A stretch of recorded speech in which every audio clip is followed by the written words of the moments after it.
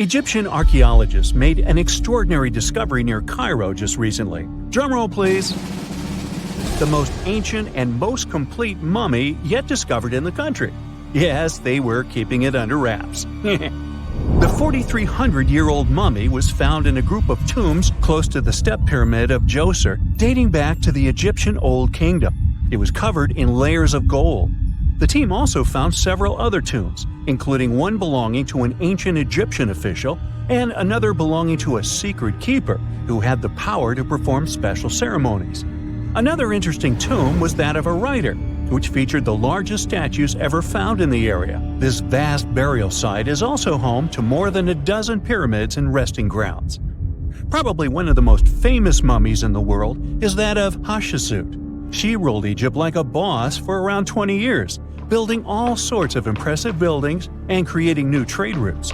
But when archaeologist Howard Carter found her tomb in the Valley of the Kings, her sarcophagus was empty. However, Carter did find 2 coffins in another tomb, one of which belonged to Hatshepsut's wet nurse and the other to an unknown woman. In 2006, a team of specialists decided to investigate whether that mysterious lady was the queen herself. They found a molar tooth in a wooden box with Hatshepsut's name on it, and when they compared it to a gap in the mummy's mouth, it was a perfect match. Ramses II was a pretty impressive ruler, but it was his mummy that eventually made history. Now, we don't hear too much about his daddy. Okay, I'll stop. Ramses is considered to be the most powerful pharaoh in all of Egypt, as he reigned for a whopping 6 decades. He also lived to be over 90 years old. Now that's pretty amazing, considering the time he lived in. Ramses II supposedly had over 100 offspring too. Talk about a big family. When he passed away, his body was originally buried in the Valley of the Kings, but some sneaky guys tried to rob his tomb of all his treasures. Officials back in the day weren't having any of that though, so they moved his body to a secret location to keep it safe. Fast forward to the 1800s, and Ramses II's mummy was discovered along with a bunch of other rulers and important officials. But it wasn't in the best condition, so archaeologists flew it to Paris to get it, pampered. Problem was, he couldn't just be transported into another country. The only solution available was to give Ramses II his own passport. His occupation was listed as king, and the document even featured his photo. Most mummies aren't necessarily known for having the most hydrated skin. But that of an ancient woman, also known as Lady Di, proves otherwise. No, not that Lady Di.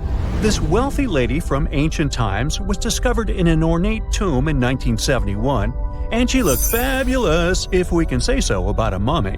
Thanks to the special conditions in her tomb, like the moisture in the environment and the lack of oxygen, her body was almost perfectly preserved. Her skin was soft, her hair was on point, and she was still flexible. The museum that now proudly displays her mummy also shows a ton of fancy items that were buried with her, like dinnerware and musical instruments. Archaeologists investigated the mummy further and discovered that she passed away from a heart attack at around 50 years old. Even though it hasn't been around for over 2,000 years, Lady Di is still making history. The mummy of Otzi the Iceman was discovered in the Alps in 1991. Austrian authorities initially thought he was a modern mountaineer because he was so well preserved. Turns out, he was actually from the Copper Age. He was found in a mountain pass over 10,000 feet above sea level. Through studying his mummy, we've learned so much about life in Copper Age Europe. For example, we know that he was a native of Central Europe and enjoyed eating meat. He also suffered from arthritis, narrowing arteries, and intestinal problems. But he likely used acupuncture and medicinal herbs to treat these conditions. And apparently, he was pretty handy with tools. He sharpened them just days before his untimely demise. Who knows if he was expecting trouble or just getting ready for some routine work. Now, King Tut and his story is most likely the one that made all mummies famous. This pharaoh passed away at the young age of 19, more than 3,000 years ago. But his mummy is still one of the most well-known in the world. When his tomb was opened in 1922, people went wild because it was still intact, unlike many other royal tombs. It had some seriously blinged-out coffins, including one made of solid gold. Not only did Tut's tomb give us a glimpse into ancient Egyptian history, but his mummy also taught us a lot about the time he lived in. DNA analysis helped identify his parents and revealed that the pharaoh had a rare bone disorder that might have made walking a bit tough. Now, Ginger is most likely one of the coolest mummies you'll ever hear about. He's like a time traveler from 5,000 years ago who's still looking fly with his golden hair and perfectly preserved nails. Ginger was discovered in Egypt and is believed to be the earliest known mummified body. Before people even knew about mummification, they used to place bodies in shallow graves in the hot, dry sand. And since the sand absorbed all the water, bacteria couldn't reproduce and the body was preserved naturally. Now, scientists are not sure if Ginger's preservation was intentional or not, but since he was buried with some pottery vessels, it's likely that whoever buried him knew some serious preservation techniques. If you want to meet Ginger in person, he's currently chilling at the British Museum. One Dutch art collector bought a statue from Asia and ended up finding a weird discovery.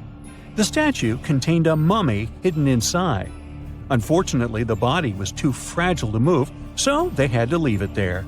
The coolest part is that this mummy is over 1,000 years old and was on display for 200 years before being encased in the statue. When scientists did a CT scan, they found out that the mummy was filled with paper scraps covered in writings. Experts think he might have done this thing called self-mummification, which is a pretty intense process involving a special diet and tea that makes your body less prone to bacteria. Only a few people could handle this ritual, and those who managed to do that were seriously respected. No other Egyptian queen has baffled scientists and historians like the stunning Nefertiti. Based on her statues, she was known for her slender neck, wide eyes, and high cheekbones. Her name translates to "the beautiful woman has come." Talk about living up to your name, huh? Even though she wasn't a pharaoh herself, Nefertiti still managed to leave a lasting impression. Written records suggest that, as a wife and queen, she held an incredibly influential role. Because of her power, she was indeed admired, but she also managed to make quite a lot of enemies throughout her life. She was also related to King Tut, but not biologically. Rather, she was his stepmother. So far, locals have yet to identify her mummy, but that may soon change. A local Egyptologist who has been busy excavating tombs in the Valley of the Kings has found two mummies that he believes could be Nefertiti and her daughter. According to specialists, we may soon finally get a definitive answer about the identity of these two mummies. And if one of them does turn out to be Nefertiti, we could be in for a real treat. DNA analysis and CT scans of the mummy could give us the most complete and accurate image of the queen that we've ever seen. It's crazy to think that we've only scratched the surface of what lies beneath modern-day Egypt. Nefertiti ruled during a time of great power and prosperity in Egypt, but unfortunately passed away in a period of social turmoil, leading to her gravesite being lost. Now, where's my mummy? Let's face it, most ancient tombs have been looted at least once. No matter how scary the rumors could have been, most mummies were open too. But one. This is the Bashiri mummy, and it puzzles everyone so much that nobody dares to see what's inside. Meet Howard, but you must know him already if you're into Egyptian history. He's primarily famous for discovering King Tut's tomb back in 1922. But few people know that before this revolutionary discovery, he had probably found another mummy. It happened in 1919, and it goes by several names, either the Bashiri mummy or the mummy of Pacheri, or the untouchable one. Some reports say that Howard stumbled upon the Bashiri mummy in Luxor's Valley of the Kings, just where he would later find Tut's tomb. Despite this find, not much is known about this particular mummy. The reason why it's still unharmed in any way is not because of some superstitions, but because nobody is sure that they can undo what they do if something goes wrong. The mummy is so intricately wrapped that researchers never unfurled it for fear of irreversible damage. The golden rule of anyone who works with antiquities: if you're not sure you can't make it better or preserve it unchanged, do not touch it. History knows many examples of ancient relics ruined beyond repair, say Ecce Homo, or smiling statue restoration. The delicate fabric that covers the mummy's face has this cool design that kind of looks like a pyramid. The researchers are not 100% sure, but this might be the only one of its kind with that embalming style. But without knowing the ancient technique, it's next to impossible not to ruin the mummy while unwrapping and wrapping it back. Back in the day, people, both experts and looters, would unwrap mummies for all sorts of reasons, mostly to study them. Luckily, these days, we have advanced tech that lets us check out what's inside a sarcophagus without having to unwrap anything. After taking a closer look at the Bashiri mummy, researchers figured out that it belonged to a man who was around 5.5 feet tall and lived during the Ptolemaic era, which makes this mummy roughly 2,300 years old. The Egypt Museum shared that the X-ray scan also uncovered an inscription of the guy's name, but it's a bit tricky to tell if it says Pacheri or Nenu, adding to the intrigue.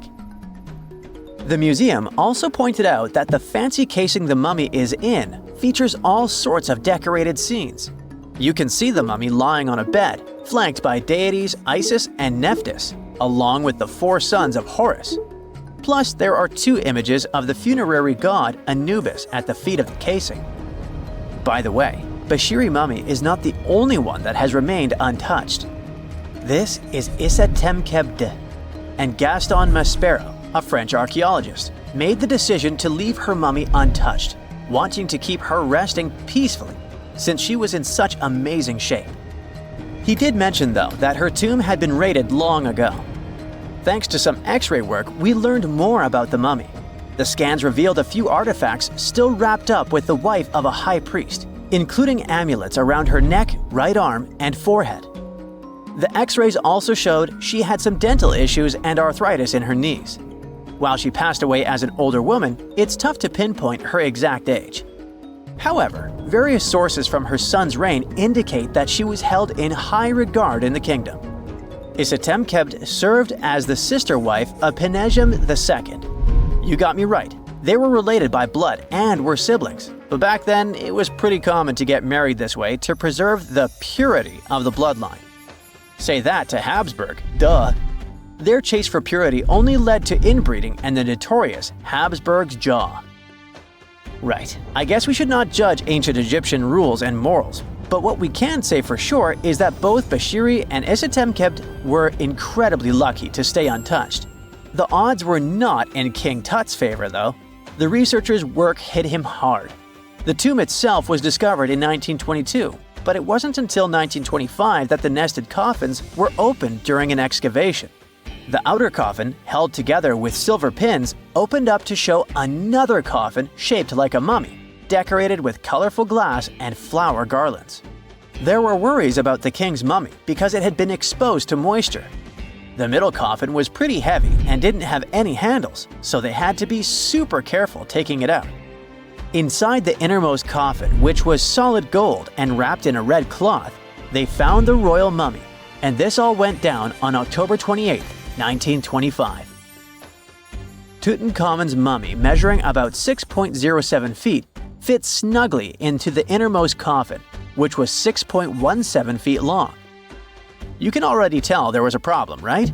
Imagine how hard it is to extract something as fragile as an ancient dried-up mummy, especially when there's not much room for maneuver.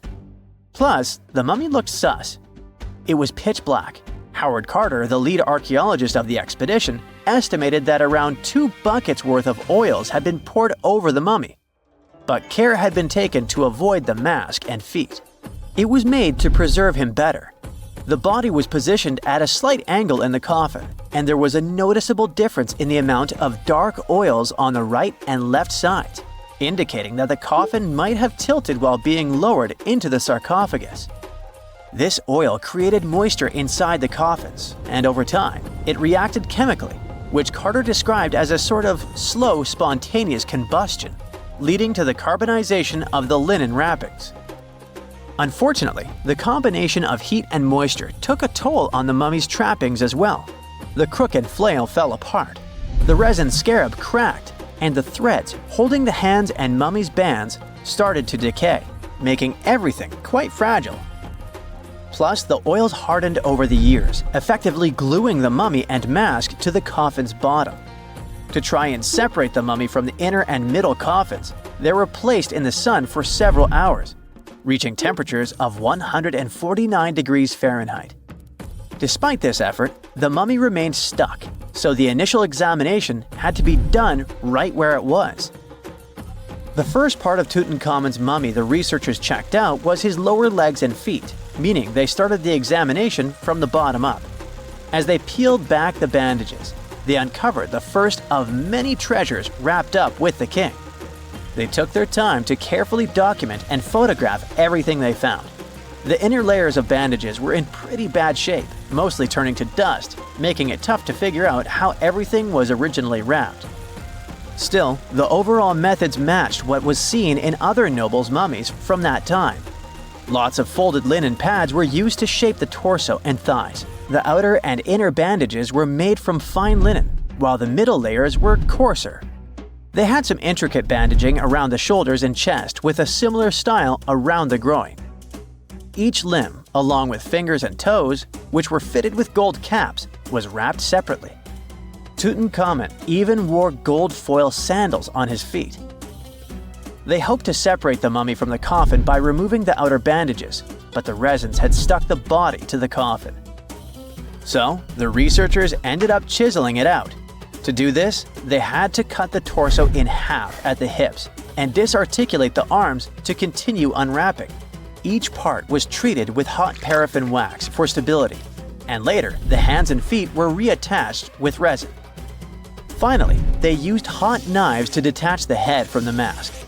To check the teeth, it was decided to make an incision around the jaw and neck, which was later fixed with resin. So technically, the scientists did all they could to preserve the mummy, but still, in a way, it ended up being damaged beyond repair. What do you think? Should they have left it in the coffin? Or did they do the right thing? Let us know in the comments. They found the tomb of a royal doctor who lived over 4,000 years ago, a man who held pharaohs' lives in his hands. This man knew secrets that only deities and kings were allowed to hear. And yet, when they opened his tomb in 2024, there was no body, just vivid paintings untouched by time and cryptic symbols carved into stone. Who was he, and why was he buried with spells linked to a scorpion deity? The tomb was buried deep beneath the sands of Saqqara. The doctor's name was Tete-Nebe-Fu. He lived around 4,100 years ago, during one of Egypt's most mysterious turning points, right at the edge of glory and collapse. These were the final days of Egypt's Old Kingdom. The sun still glinted off freshly built pyramids, but the shadows were already creeping in. The pharaoh, Pepi II, had ruled longer than anyone before him, 90 years. But by the end of his reign, the country was cracking. The power was slipping, the regional leaders were rising, and the Nile floods grew unpredictable. In this shaky period, the mysterious doctor thrived. His tomb was discovered by a Swiss-French archaeological team in the shadows of old pyramids. The weirdest part was that when they uncovered his burial chamber, they found no body, no golden treasures either. Unfortunately, the tomb had been robbed long ago. But what remained was something even more fascinating: the words and images left on the walls. The paintings are still vibrant, bright colors that somehow survived all those years underground. The walls show jars, containers, strange abstract patterns, and geometric shapes. And then there are hieroglyphs, lines and lines of sacred script carved with precision, like someone had poured their soul into every curve. These inscriptions revealed who Tete-Nebe-Fu truly was. Turns out, he wasn't just any doctor. He was the conjurer of Serket. Now, Serket was the female deity of scorpions, sacred and terrifying. Egyptians believed she could stop venom, heal bites, and protect the living from toxic elements. The title Conjurer of Serket meant Tete Nebi Fu was a specialist in treating dangerous stings and bites. And if he got an entire tomb for himself, he may have been Egypt's top expert in those things, a man who healed with both medicine and magic. But that wasn't all. He also held the title Director of Medicinal Plants, a title seen only once before in all of ancient Egypt. That means he knew the healing power of herbs, roots, and oils like no one else. Now, you might wonder what plants in a huge land of sand, but in reality, ancient Egyptians used herbal medicine that would hold up in some labs today. They created pills, ointments, and inhalers. Most often, they chose some active ingredient, a flavor to make it easier to take, and something to deliver it into the body. Sound familiar? And yeah, they didn't have many traditional plants, so some of these ingredients were bizarre by our standards, like using crocodile dung and acacia mixed with honey. They even had formulas for anti-wrinkle creams. And apparently, our mysterious healer was also chief dentist. This title is almost never seen in ancient records. Evidence of Egyptian dentists is incredibly rare. Turns out, our ancient genius didn't just fight stings and study plants. He was also trusted with teeth and jaws, which were actually a huge problem in ancient Egypt. These people may have built wonders, but their teeth paid the price. Ancient Egyptians constantly caught grains of sand in their mouths.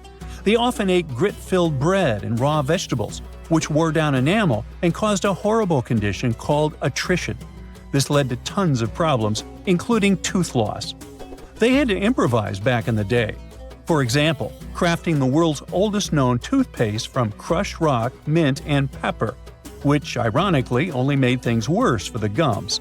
Or a toothpaste from things like eggshells, pumice, and natron, a salty mineral used for cleaning. They were also inventing mouthwashes from celery, bran, and herbs to ease the problem. Some mummies were even found with crude metal braces and gold wires attaching missing teeth. Though we're not sure if these were for the living, or was it just a nice little addition added as an afterlife gift. So, Tete Nebi Fu specialized in all these fields. 3 rare titles for one man. Now, back in the day, he must have been admired as incredibly knowledgeable. In a world without modern science, he would have been like a sorcerer who knows how some leaf or bark could save a life. That's why archaeologists believe Tete Nebi Fu wasn't just any doctor. He was, most likely, the royal physician, the one who treated the pharaoh himself. We don't know for sure which king he served. Maybe it was Pepi II, and who knows, maybe that's why the guy lived so long. But if that was the case, Tete Nebi Fu may have lived through the final moments of the Old Kingdom, watching the Golden Age crumble from inside the palace walls. And then he was buried. The body was looted, or perhaps just lost to time. But the team says they're still studying the tomb, still uncovering the traces of this incredible man. Overall, ancient Egyptians were practicing medicine on a crazy advanced level. Some practices feel familiar even today. They had hospitals, specialists, surgeries, and many more things, even medical schools. Both men and women were allowed to be doctors. They healed with various methods and practiced surgery with actual tools, scalpels, forceps, even sutures. Some doctors treated only the eyes, others the teeth, the stomach, or even what they called the hidden diseases. They knew how to clean and dress wounds, could set broken bones using splints made of wood or reeds wrapped in linen, and even prevented infections. There were even proctologists. They also built the first prosthetics, like a wooden toe with leather straps that help people walk normally again. The oldest known prosthetic is 3,000 years old. Now, the most shocking part is how they actually even tried to remove tumors. A recent study looked at a 4,000 years old skull. It belonged to a man in his 30s. There were signs of past tumors, and around 3 of them, there were marks, surgical cuts made with a metal tool. That suggests someone attempted to remove or study them, maybe treatment, maybe an autopsy. There was another skull of a woman over 50 years old. It also showed similar signs, but with healed fractures from an earlier injury, which is amazing because her treatment might have actually been successful. Being a healer in this society meant something powerful. It meant being a priest, a scientist, and a magician all at once. To ancient Egyptians, medicine was a necessary art, and they treated it with as much reverence as they did their deities. That's because they believed that sickness could be both physical and spiritual. So a doctor could recite a spell while applying a salve, and a lot of their treatments worked. The reputation of doctors in ancient Egypt was so strong that leaders from other parts of the ancient world, like Persia, actually sought them out. Even Homer, the Greek poet, once said the Egyptians were the most skilled healers of all. Of course, their understanding of the human body wasn't perfect. For example, they thought the heart controlled thought and emotion. They also didn't know what the brain really did. But their approach, observe symptoms, diagnose, and treat, well, that's modern medicine. Sure, they prayed over the wound, but they also healed it, didn't they? Their most famous physician was Imhotep. That guy was a true polymath, an architect, priest, and a healer who became so revered he was later worshipped as a deity of medicine. Yep, a human who was so cool they turned him into a deity. He lived 2,000 years before Hippocrates, the so-called father of medicine. And yet, some people joke we should drop the Hippocratic Oath altogether and swear an Imhotepic Oath instead. These people weren't just laying the foundations of pyramids, they were laying the foundations of healthcare. When you hear the word mummy, you might get a chill down your spine. That's because most of us associate this word with those creepy characters we've seen in some scary movies. But in reality, mummies have helped us understand a lot about ancient civilizations, their rulers, and about how people used to deal with losing their loved ones. The people most famous worldwide for their mummies are the ancient Egyptians. They believed that some sort of existence after passing away was possible, if certain conditions were met.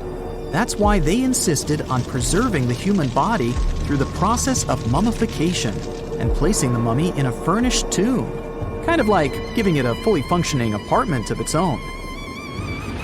Why did they believe in this? Well, because they were deeply connected to their natural environment for the most part.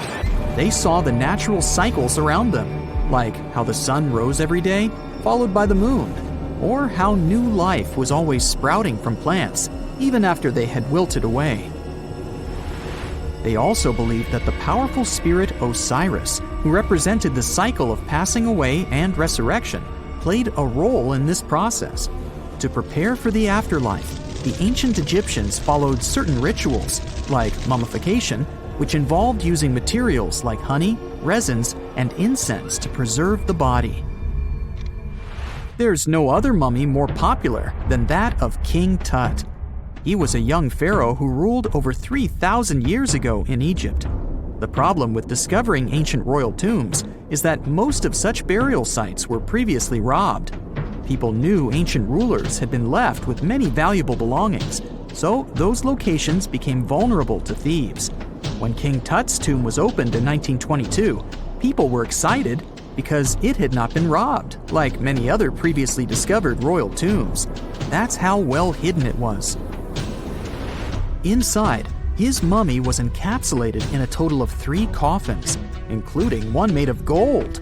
The objects found in his tomb showed us what ancient Egypt was like, and studying his mummy also helped us learn about the culture and practices popular at the time when he passed away.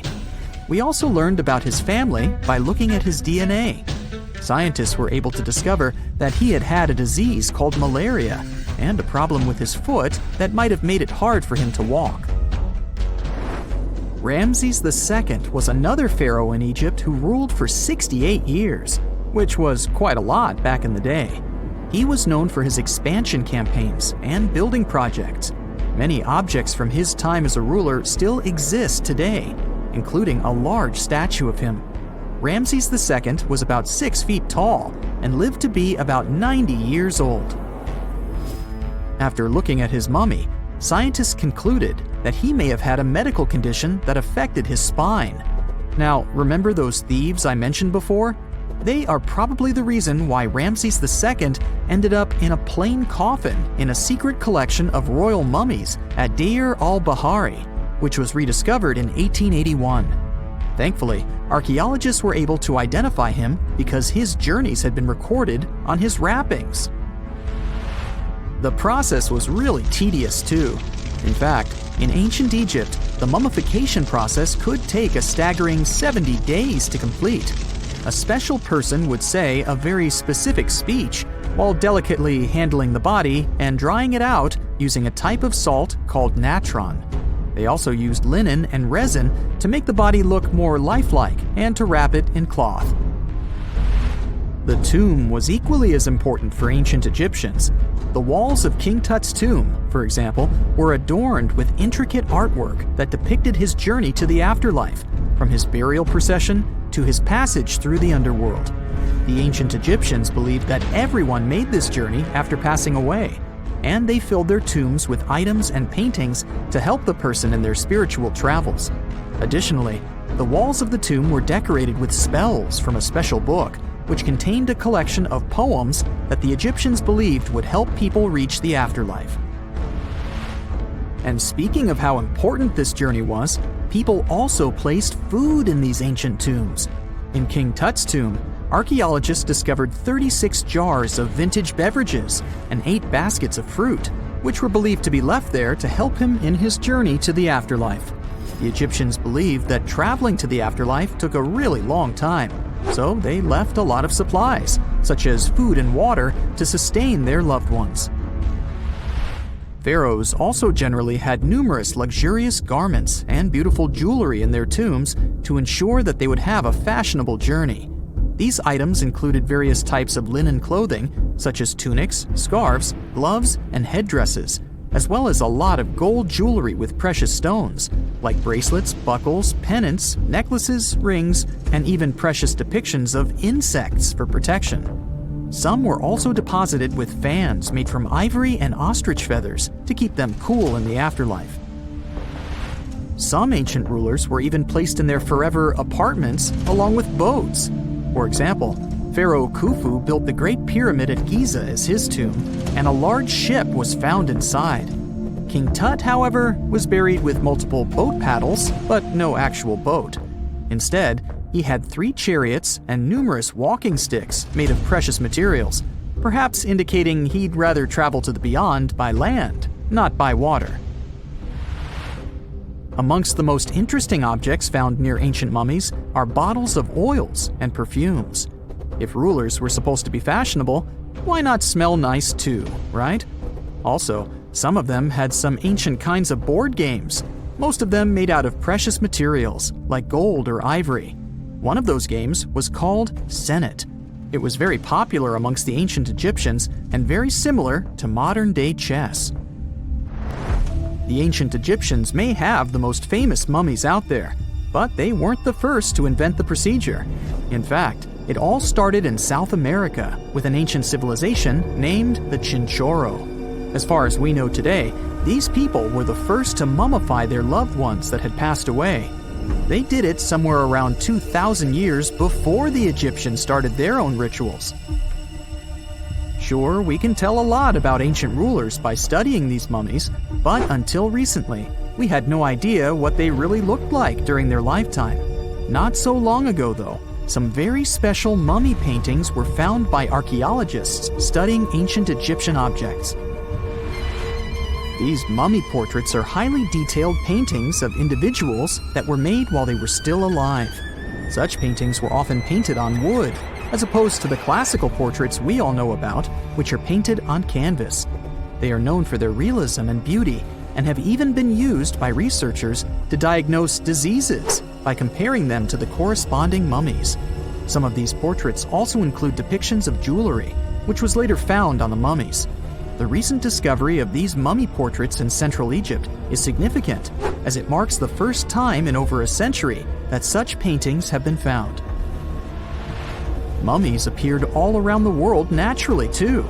Mummification can occur without people intervening because of natural conditions, like extremely cold or hot environments, places with a lack of oxygen, or accidental exposure to chemicals that preserve the body.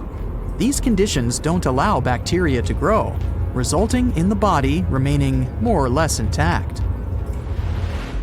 Famous Otzi was one of these mummies. We know today he was a man who lived around 5,000 years ago in Europe. But upon his discovery in the Alps in 1991, Austrian authorities initially believed that he was a modern mountaineer because of how well preserved the body was. However, after the Iceman was removed from the glacier, it was determined that he was actually from the Copper Age.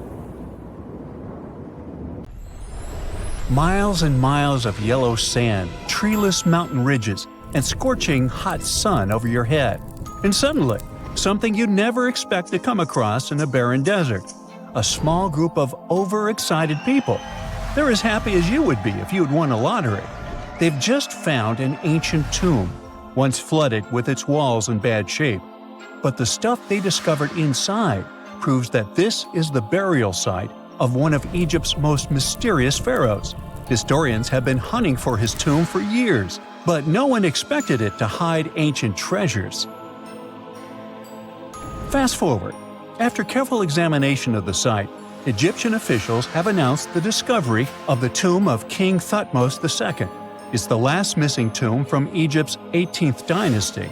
And this is also the first royal tomb found since King Tutankhamun's was discovered in 1922, in more than 100 years.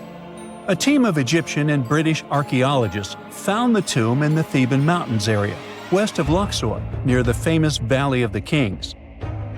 Before this, the site was only known as Tomb C4, but during their excavation, the team found clear evidence proving it belonged to King Thutmose II.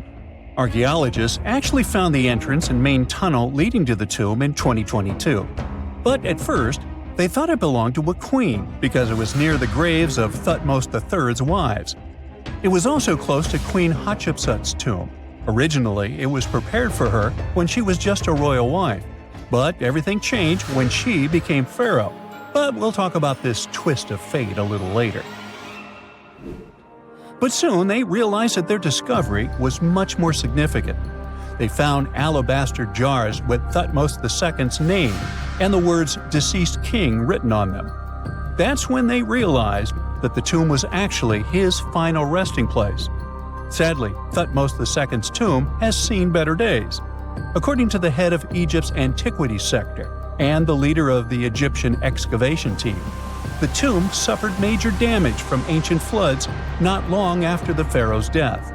Water swept through the burial chamber, likely destroying or displacing many of the original artifacts. Much of what had been once inside the tomb was moved elsewhere in an attempt to salvage it.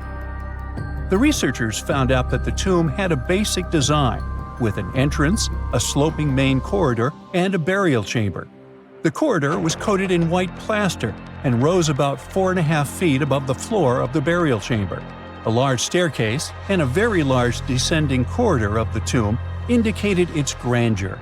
It took the team a long time to navigate through, though, as the tomb was blocked by flood debris and collapsed ceilings.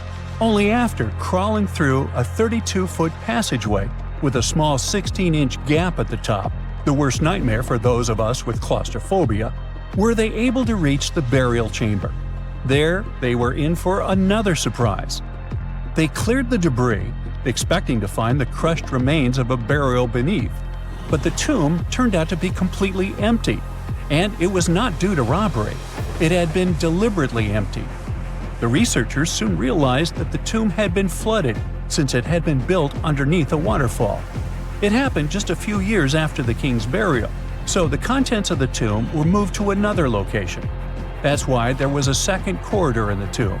It was most likely made to help remove King Thutmose II's body from his flooded tomb. Despite the damage, the excavation team made some really exciting discoveries. They found traces of mortar decorated with blue inscriptions, yellow stars, and fragments from the Book of Amduat, one of the most significant funerary texts in ancient Egypt. The book was meant to guide the deceased through the underworld, ensuring a safe journey to the afterlife. Now, how about we sneak a peek at ancient Egypt's 18th dynasty? It was all about conquering lands, expanding the empire, and building jaw-dropping monuments. Some of the biggest names from that era, Thutmose I and Thutmose III, both legendary warrior kings who left their mark in history. Thutmose I was a fierce fighter who led major military campaigns, pushing Egypt's border further south than ever before, all the way to the fourth cataract of the Nile. His victories gave Egypt access to new trade routes, stronger political ties, and more wealth. His conquests were so significant that they were recorded in the tombs of his top officials. Thutmose III, sometimes called Thutmose the Great, took things even further. He was not only an incredible military strategist, but also the commander of Pharaoh Hatshepsut's armies before becoming king himself. He led between 17 and 20 military campaigns, winning every single one and expanding Egypt's empire to its peak. He even created the world's first navy. Thutmose III is often remembered as Egypt's greatest warrior pharaoh. And sandwiched between these two powerhouses was Thutmose II, a pharaoh who doesn't get nearly as much attention. Hey, the middle child, right? His reign lasted only about 5 years before he passed away at around age 30 in 1479 BCE. He is kind of a mystery. No one really knows what he accomplished. For the longest time, even the location of his burial site was totally unknown. His body was actually found in the 19th century. It was just lying around in the mortuary temple of Deir el-Bahari, in a secret chamber where priests used to hide royal mummies centuries after their original tombs were looted by grave robbers. In other words, Thutmose II's body must have been moved from his original resting place at some point in history to protect it. During his lifetime, Thutmose II made at least one major impact on Egyptian history. He married his half-sister Hatshepsut. That might not sound like a big deal, but it helped her become Egypt's greatest female pharaoh after he passed. The catch? She kept her stepson, Thutmose III, off the throne for decades. When he finally took power, he erased her name from history out of spite. And still, Hatshepsut is one of Egypt's greatest pharaohs, no matter if you're talking about a man or a woman. She brought a lot of wealth and art to Egypt. She led a big trading trip to a place called Punt, where she brought back things like gold, ebony, and incense. She also made sure her name lasted by building amazing structures that we can still see today. At Karnak, she added huge obelisks. One of them is still standing tall. She also was the one to build the Temple of Deir el-Bahari with its countless columns. She was buried there. Interestingly, Hatshepsut was often shown in art as a man with muscles and a beard, like how pharaohs were usually depicted. But she made sure there was always something in the artwork that reminded people she was a woman, like calling herself Daughter of Re or His Majesty herself. When she passed away in 1458 BCE, Egypt wouldn't have a female ruler as powerful as her until Cleopatra, about 1400 years later. According to Egypt's Supreme Council of Antiquities Secretary General, isn't that a mouthful? Hatshepsut's name actually appears in Thutmose II's tomb, meaning she might have even handled his burial. As for their final resting places, well, Hatshepsut was buried in the Valley of the Kings, and Thutmose II's mummy is now in the National Museum of Egyptian Civilization, alongside other ancient Egyptian rulers. It gives visitors a rare chance to see the remains of a nearly forgotten pharaoh. Now, experts consider the discovery of his tomb to be one of the most significant in recent years. The artifacts found there add important details to our understanding of the history of the region and Thutmose II's rule. And even though the tomb's design is fairly simple and follows the same architectural style preferred by later Egyptian rulers, its historical importance is undeniable. In any case, the mission isn't over yet. Archaeologists are now focusing on solving another mystery. Where did the rest of the tomb's contents end up? The team is determined to continue their search. Who knows what other secrets they will uncover that have remained hidden beneath the sands for thousands of years. During the early 1920s, the world was mesmerized by King Tut. A British archaeologist, Howard Carter, discovered the young pharaoh's tomb in Egypt's Valley of the Kings, 1922. But the public wasn't only interested in gold and jewelry. The press wrote about the curse of the pharaohs, but was it true? Was an ancient curse really the reason everyone entering the pyramids lost their lives? At the time, this was the only explanation for a series of unexplained passings. The man present at the opening of King Tut's burial chamber, George Herbert V, Earl of Carnarvon, lived only 5 more months after the discovery. He had also sponsored the dig. In comes Sir Arthur Conan Doyle. You probably know of him, the English writer behind Sherlock Holmes. He claimed that an evil elemental caused the explorer's demise. He must have been joking, right? Unfortunately, no. The newspapers continued to blame the pharaoh's curse after every Egyptologist left this world. These are the scientists who study the ancient cultures of Egypt. The archaeologist who opened King Tutankhamun's tomb passed away full 17 years after the discovery. The reason for it wasn't a secret: Hodgkin's disease. Yet again, journalists around the world wrote of a curse. This was getting ridiculous. But science must have had a rational explanation, right? Well, it did. And that explanation was common mold. Harmful fungi, Aspergillus, can survive for ages in sealed tombs. When humans inhale them, there's a high risk of infection in people who have a weakened immune system. Today, doctors believe this is what happened to the unfortunate explorer more than a century ago. Scientists now know that this type of fungi grows especially well on grain. And King Tut's tomb was full of offerings in the form of baskets full of raw grain and bread. Researchers discovered other varieties of fungi on ancient Egyptian mummies. These molds can easily cause some nasty consequences for humans. The danger of rotting organic material is real. Just look inside your fridge. Any food leftovers you have there start to go off after just 3 to 4 days. You can imagine what happens to food in a sealed chamber after thousands of years. Food is just one kind of organic material. There is also wood. If you expose it to water or even moisture in the air, it starts to deteriorate. You don't have to travel to Egypt to see the effects of this process. Any abandoned building in your neighborhood can serve as an example. When a piece of wood gets wet and has no way of drying out, there is going to be damage. From fungi to wood-boring insects, the list is long. Rotten wood presents a huge structural issue. Beams and floor panels are all made of timber, so you better not go inside a failing building. You can easily lose your footing. But this is just the tip of the iceberg. The building materials since the time of the pharaohs have changed, but so have the dangers. One of the best examples is asbestos.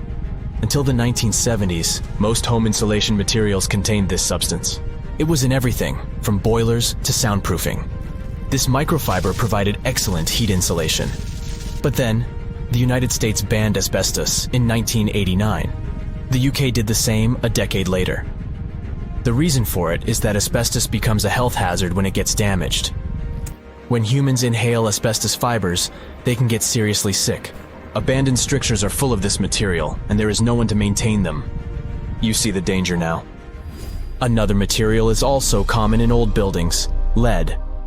Ancient Romans used lead piping to channel spring water into their homes. They also cooked in lead vessels, which was probably not the wisest of choices. You see, lead and water don't go well together because of something called corrosion. But this problem isn't ancient. US officials banned lead piping only in 1986. That means that 7% of American households still have lead service lines. And this is not the only source of poisoning. Until the mid-1960s, builders used lead paint to coat woodwork. In abandoned buildings, this lead coating snapped a long time ago. Anyone who touches doors and windows will disturb this lead dust and inhale it. The dust particles are at least visible to an unaided eye. This is not the case for carbon monoxide. This gas has no color, so you can't see it. It has no odor, so you can't smell it. No way to detect a carbon monoxide leak at all. And how does this dangerous gas usually escape? Poor maintenance. Well, abandoned buildings have zero maintenance. 1 second, you could be exploring an old factory, and the next you could feel dizzy with and have a terrible headache. These are just some of the symptoms of CO poisoning, the less severe ones. But what is the source? All it takes is for an old boiler to finally give way after years of neglect. We've reached an important question. What is the main factor in air quality inside a room? If you are thinking the level of oxygen, try again. It turns out that oxygen levels drop by only 0.3% in 8 hours inside an airtight room. This is a room in which doors and windows are sealed with tape, so the decrease is even smaller in normal conditions. Oxygen isn't the main problem. The levels of carbon dioxide rise sharply inside a sealed room. This is the direct result of human breathing. We inhale oxygen and exhale CO2. Think of it as a waste gas. Normally it's only a tiny portion of the air we breathe, 0.04%. But in a sealed room, high levels of carbon dioxide will make you feel drowsy. And that's the last thing you need when inside a dilapidated building. Carbon dioxide will decrease your ability to think clearly. Researchers from Harvard did an interesting study in 2016. They had office workers come in 6 days in a row to complete a problem-solving test. During the week, they gradually raised the carbon dioxide levels in the mock-up office. The results of the same test kept getting worse over time. There are many factors at play, but CO2 levels definitely had an impact on the workers' problem-solving ability. The test took place inside a typical office environment, not inside a crumbling building where visitors must watch their every step. When I say visitors, I really mean trespassers, and trespassing is a criminal offense in the United States. This goes both for private and public property. If you defy the law, you can be fined up to $5,000 or even face lockup time. That should make you think twice before jumping over a fence with a no trespassing sign. But again, you might not be the only one inside. You can never know who else is in the building. Perhaps a person up to no good? It doesn't have to be a person at all. Animals can pose a threat as well. You would be startled if you saw a rat, for example. But the poor animal would be scared as well. It might bite you. The list of diseases rats carry is pretty long. But rodents' teeth can cause other forms of damage.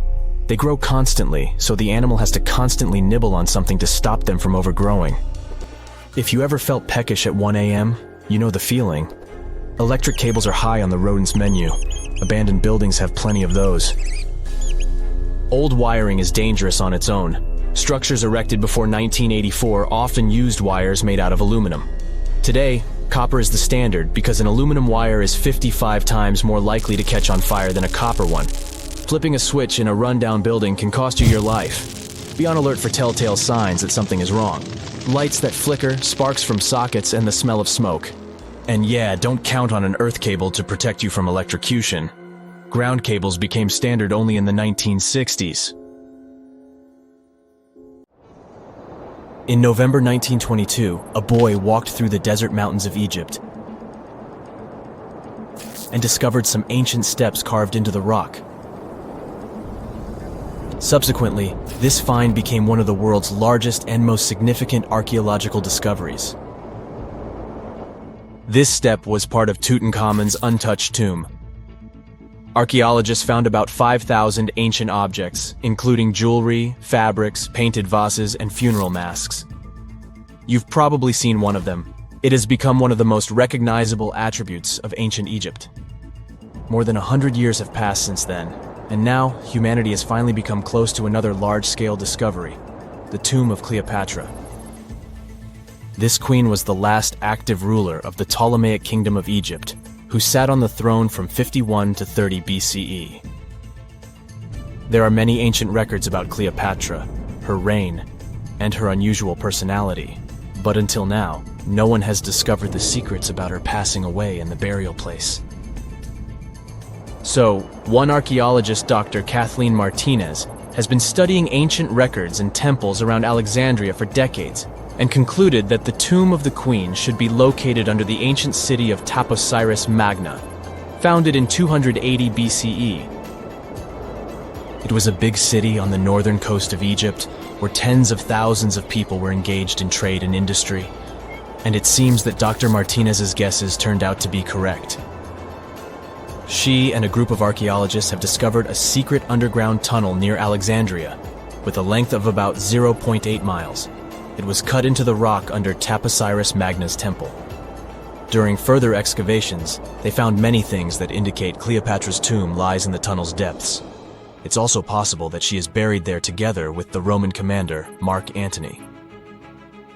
According to ancient records, Cleopatra and Mark Antony loved each other and together opposed the Roman Senate, which declared Antony a traitor.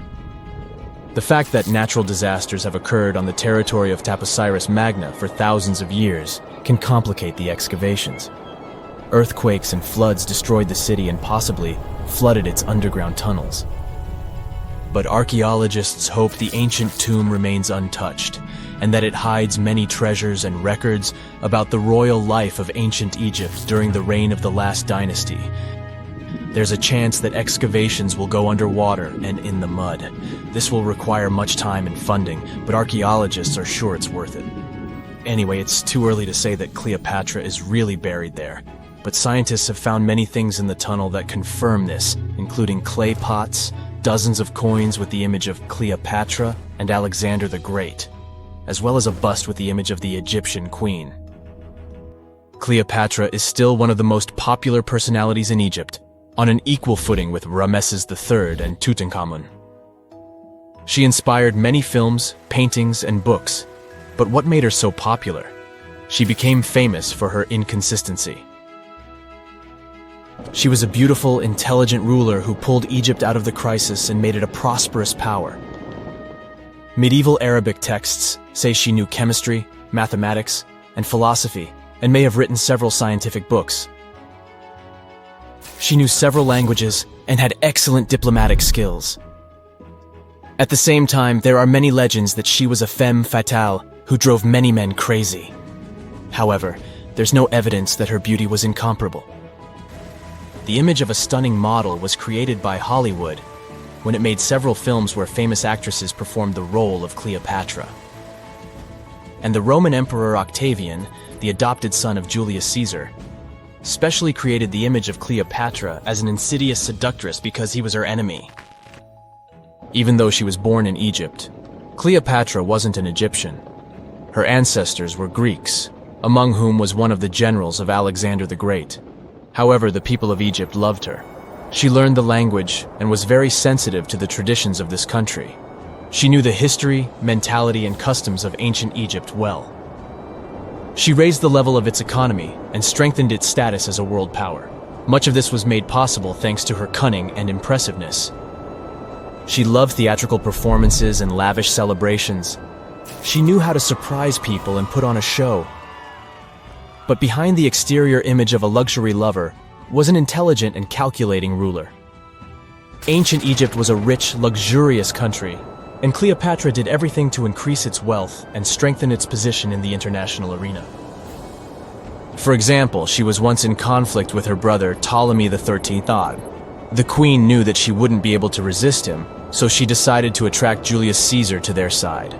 The Roman emperor arrived in Alexandria, where Cleopatra wanted to meet him, but Ptolemy knew about her plans and was about to prevent her from coming to Caesar. Then, instead of a rich and noisy arrival, Cleopatra decided to make her visit inconspicuous. She wrapped herself in a carpet or linen bag the emperor's servants carried into Caesar's private chambers. Cleopatra emerged from the carpet and impressed the Roman emperor with her beauty and determination. As a result, they fell in love with each other and became close allies. After some time, she impressed another influential Roman for diplomatic purposes. She arrived to meet Mark Antony on a golden barge with purple sails and silver oars.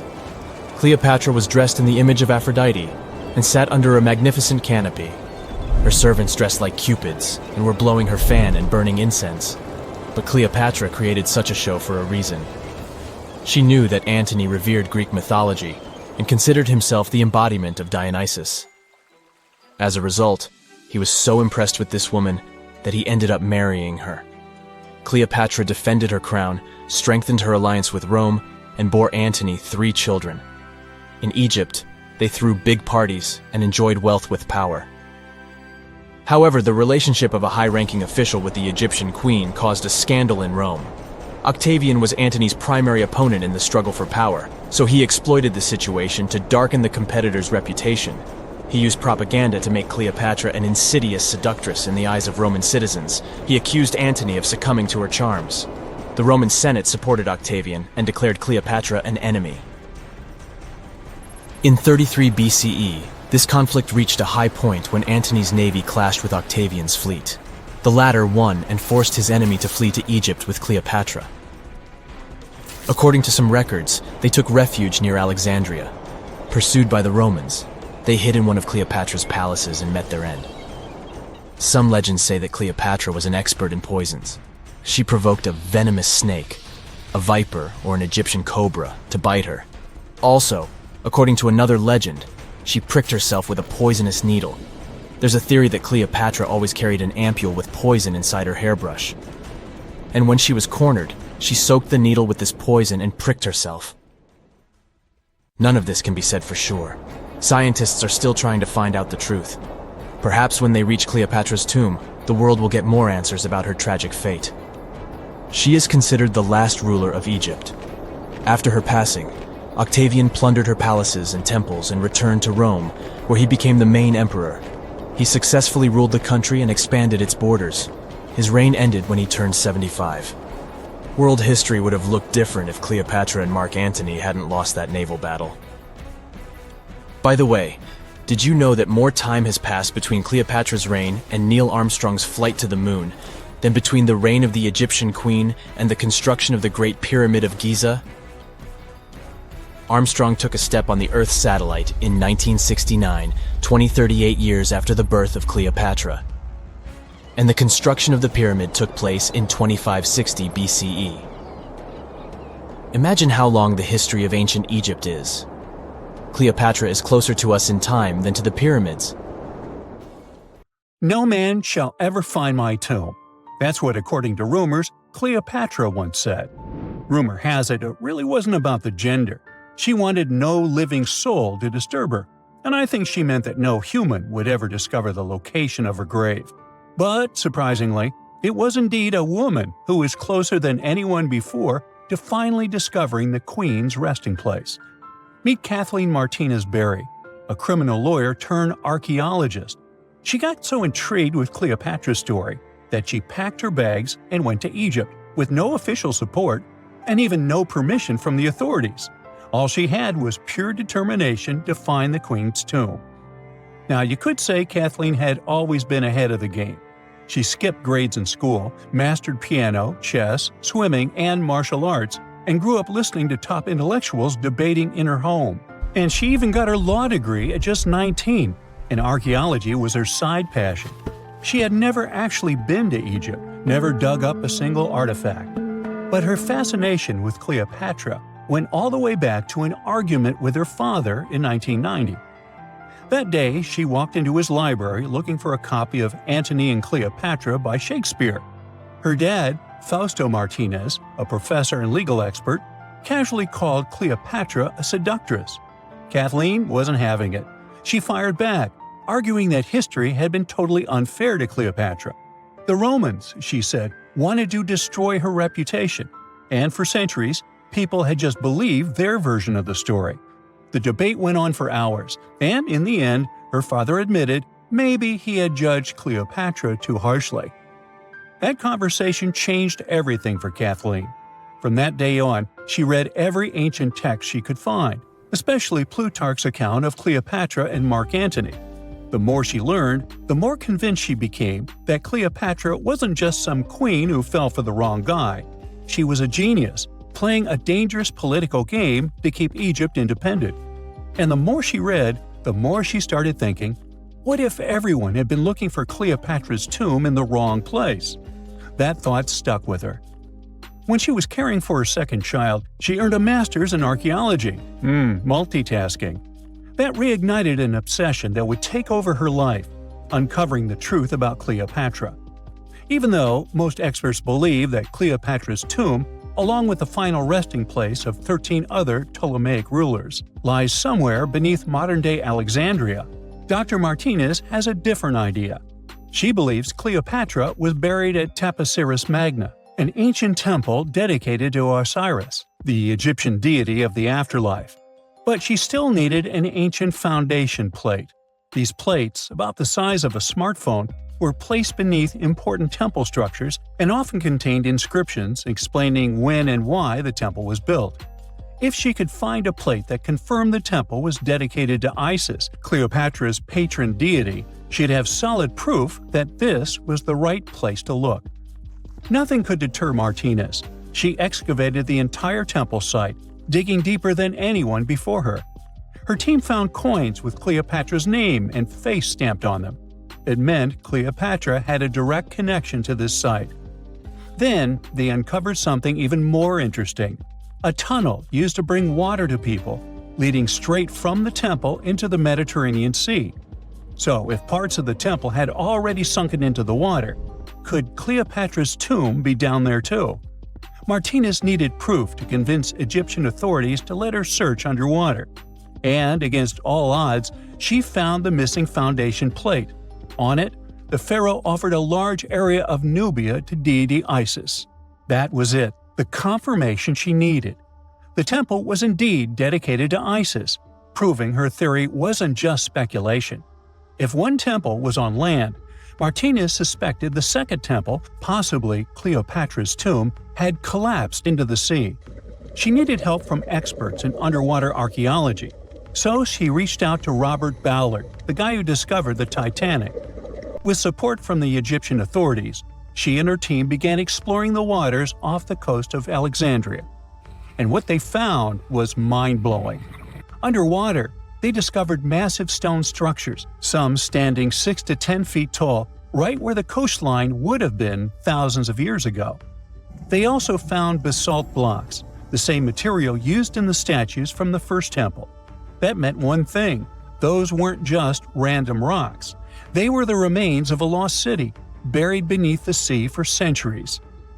Now, we can only wait and see whether Martinez and her team will be able to unravel one of the greatest mysteries of the past left by the outstanding woman that was Cleopatra. Here's some backstory. After her father, Ptolemy VII, passed away, Egypt's throne went to both Ptolemy VIII and Cleopatra, or so it seemed. Cleopatra, just 18 at the time, allegedly married her 10-year-old brother. Yeah, ancient royalty had some different customs, though there's no solid proof of that. But sibling love didn't last long. Young Ptolemy decided he wanted all the power for himself and tried to push Cleopatra out. Forced to flee the country, she didn't just sit around feeling sorry for herself. She raised an army, ready to march back and take what was hers. That's how, at 21, she was already in the Sinai Desert, leading an army and planning her return to the throne. Now, by that time, Cleopatra had already been locked in a powerful political, and not only political, alliance with Julius Caesar. In June 47 BC, she gave birth to a son, Ptolemy Caesar, better known as Caesarion, who, many believe, was Caesar's child. But that didn't stop her from playing by Egyptian royal rules. And her husband number 2, her other brother, Ptolemy XIV. Yep, despite her ongoing affair with Caesar, Cleopatra married yet another sibling, because, in her world, keeping the throne in the family was the name of the game. Now, marriage aside, Cleopatra's bond with Caesar stayed strong. She even traveled to Rome with Ptolemy XIV for a state visit. But instead of playing the role of a dutiful queen, she stayed in Caesar's private villa by the Tiber River. But after Julius Caesar lost his life in 44 BCE on the Ides of March, Cleopatra's political standing became shaky. To make matters worse, her brother-husband Ptolemy XIV passed away soon after, and some suspect Cleopatra had a hand in it, leaving her as the sole ruler of Egypt. Meanwhile, back in Rome, Mark Antony was rising to power as Caesar's presumed successor. Wanting to size up the Queen of Egypt, he summoned Cleopatra, and she did not disappoint.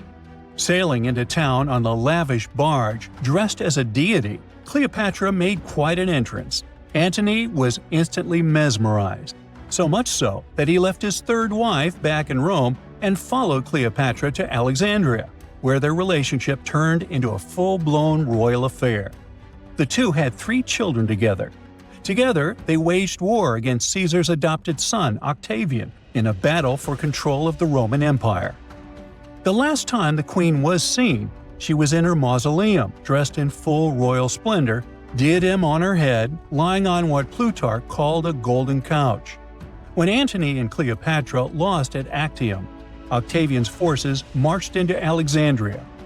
Cleopatra apparently knew the end was near, so she locked herself inside her mausoleum, surrounded by gold, silver, pearls, and priceless art. Those were the treasures she threatened to burn rather than let the Romans take them. Antony, meanwhile, wasn't going to let the Romans capture him alive. He wounded himself with his own sword, but before he passed away, he was carried to Cleopatra's side. She held him as he took his last breath in her arms. A little over a week later, Cleopatra made her own choice. Rather than face humiliation as Octavia's prisoner, she ended her life. Legend says it was the bite of a deadly asp, though history isn't quite clear on that. At the time, Cleopatra was only 39. Sounds like a rather full life to me. The ancient city of Taposiris Magna is hidden on the northern coast of Egypt. These days it has very little of its former glory, but what lies beneath it may hold the secret to uncovering a famous mystery, that of Cleopatra, the most memorable Egyptian queen in history. The recently discovered tunnel is also known as a geometric miracle for its time. Excavations have uncovered a 43-foot-long structure below the ground, which is partially submerged in water. Its shape and construction technique are similar to that of the Eupalinos tunnel, another amazing ancient discovery. This one is located in Greece and was built by excavating simultaneously from 2 points, aiming to have them meet in the middle. The use of math and geometry to make this construction was astonishingly precise for those days, more so since it was built near a mountain. Archaeologists that have been working on the Taposiris Magna site since 2004 believe this tunnel may lead to the lost tomb of Cleopatra. The clues they found so far seem to back up this theory. For starters, the city and its temple were built by one of Cleopatra's ancestors, Ptolemy II. All the architecture seems to indicate it was dedicated to the ancient spirit Osiris and his queen Isis. Throughout her reign, Cleopatra did try to associate herself with Isis, so it may be no surprise she chose this location as her final resting place. Scientists have yet to pinpoint Cleopatra's tomb, but research continues with the help of modern technology. To study this location better, archaeologists have even used a special device called ground-penetrating radar. This tool allows us to analyze what lies beneath the ground without being intrusive. Since this tunnel is so old, research needs to be done very delicately. Seeing pictures of what's underground before you start digging is incredibly useful and has been done here since 2011.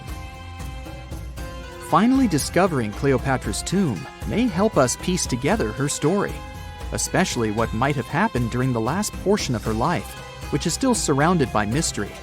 We still don't know the exact cause of her passing. Some believe she may have let herself be bitten by a poisonous Egyptian cobra. Others have suggested that she was well accustomed to toxic substances, even hiding some in her hairbrush in case she ever needed it.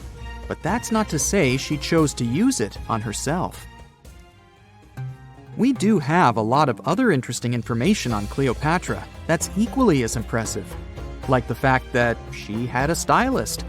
Most of the images you've seen depicting this famous queen show her wearing black eyeliner. This look was put together by Airas, a woman known to have been her personal beautician. She traced the long line from her eyes to her temples, a makeup technique still used today to enhance the eyes. Airas was an important figure throughout Cleopatra's life, known also as her confidant and close friend. There are even theories that suggest Airas was there by her side when she passed away. Despite her well-thought-out looks, Cleopatra wasn't as pretty as she's described. Or at least, that's what recent research has pointed out. Sure, if we look at movies and modern imagery, she's depicted as this incredibly beautiful woman with symmetrical and delicate features. However, if we look at coins showcasing her image from back in the day, her looks are rather average. Her image on the coins might have been adjusted, too, to make the queen look stronger in the eyes of her people. So there is no trusted source available to confirm her image, but her description in most pieces of ancient literature speaks of her other qualities, like her voice and personality, not of her beauty. Cleopatra might have been the most famous Egyptian queen to this day, but she wasn't the first choice. She did have an older sister, Berenice, that was initially supposed to take the throne. Berenice passed away before she could do that, so Cleopatra took on the role and began investing in her education. She traveled throughout the country quite frequently, so she could become accustomed to her people and their needs. She was only 18 when the responsibilities were passed down to her, and immediately gained popularity because of her intelligence and education. Her taste in literature was quite good too. She was known to be a fan of Homer, the famed Greek philosopher and poet. Cleopatra loved to write as much as she loved to read. There are even claims that she wrote a book on medicine and cosmetics, but we have no evidence to this day that such work ever existed. Part of being a great leader back then meant you had to speak multiple languages. Cleopatra clearly understood that, and that's why she's rumored to have known many languages to varying degrees.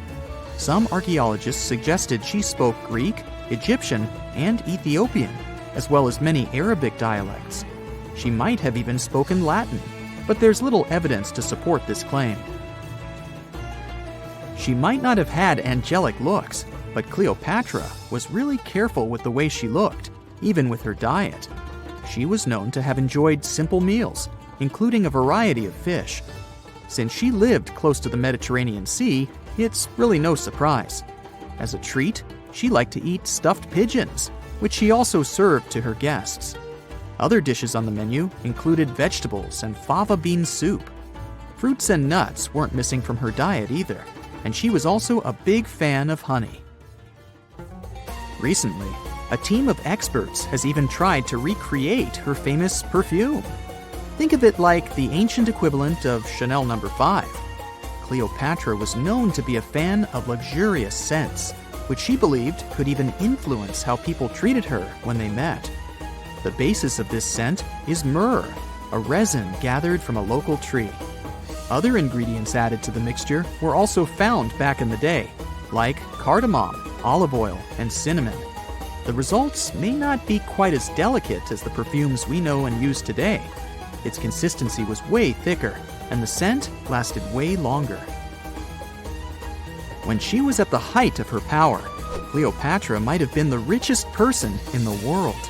Back in the day, she ruled over a territory that stretched across the Mediterranean, from modern-day Libya in the west through Egypt to Syria in the east. This is the largest territory ever ruled over by a woman. In today's currency, her worth might have been somewhere around $95 billion. The calendars we use today may have been introduced by Cleopatra herself. She presented the idea of leap years and leap days to Caesar, the Roman emperor she was known to have been close with. Taking her advice, Caesar made these adjustments part of the official Roman calendar. The ancient Egyptians already knew the year was longer than precisely 365 days. They discovered this by studying the brightest star in the sky, called Sirius, and concluded that a year is actually 365 and 1/4 days long. It was Elizabeth Taylor that famously introduced Cleopatra to pop culture when she played her in the 1963 film bearing the same name. Up until that point, it was the most expensive film ever made. It was originally supposed to cost somewhere around $2 million, but ended up costing a mind-boggling $44 million. That's mostly because of script and production issues. To make this iconic movie, producers created 79 sets from scratch, as well as over 26,000 costumes for the cast. Elizabeth Taylor's Cleopatra costumes alone cost somewhere around $200,000. Thankfully for the producers, the movie made headlines and was well received by critics, making it a box office success. A lot of people associate Cleopatra with another famous Egyptian ruler, King Tutankhamun, nicknamed King Tut. Surprisingly, apart from both of them being Egyptian pharaohs, they have nothing else in common. For starters, King Tut lived around 1,300 years before Cleopatra did, and there is also no connection regarding their ancestry. Cleopatra had Macedonian Greek roots, while King Tut was a native Egyptian. Scientists have recently discovered Leonardo da Vinci's hidden passages under a medieval castle in Italy. They followed a newly found 15th century sketch by the creator of the Mona Lisa and found one of the unexplored architectural wonders from the age of the Renaissance. Construction of the Sforza Castle started back in 1358, but it was destroyed about a century later during a local crisis. Then, in 1450, Francesco Sforza, the Duke of Milan, decided to rebuild it on the old ruins. After he passed away, his son Ludovico took over and kept improving the castle. He brought in some of the best artists of the time, including Leonardo da Vinci, to decorate its walls. We can still see Leonardo's frescoes today in the Room of Wooden Boards. While he was working at the castle, da Vinci also recorded some historical underground passages hidden beneath the outer wall. The drawing, dated between 1487 and 1490, was found at the Institut de France in Paris. The sketch is highly precise, and it proves that Leonardo was really interested in fortification design and was great at documenting existing structures. Historical records show that Ludovico ordered the building of an underground passageway that led straight to a basilica, where his wife was buried.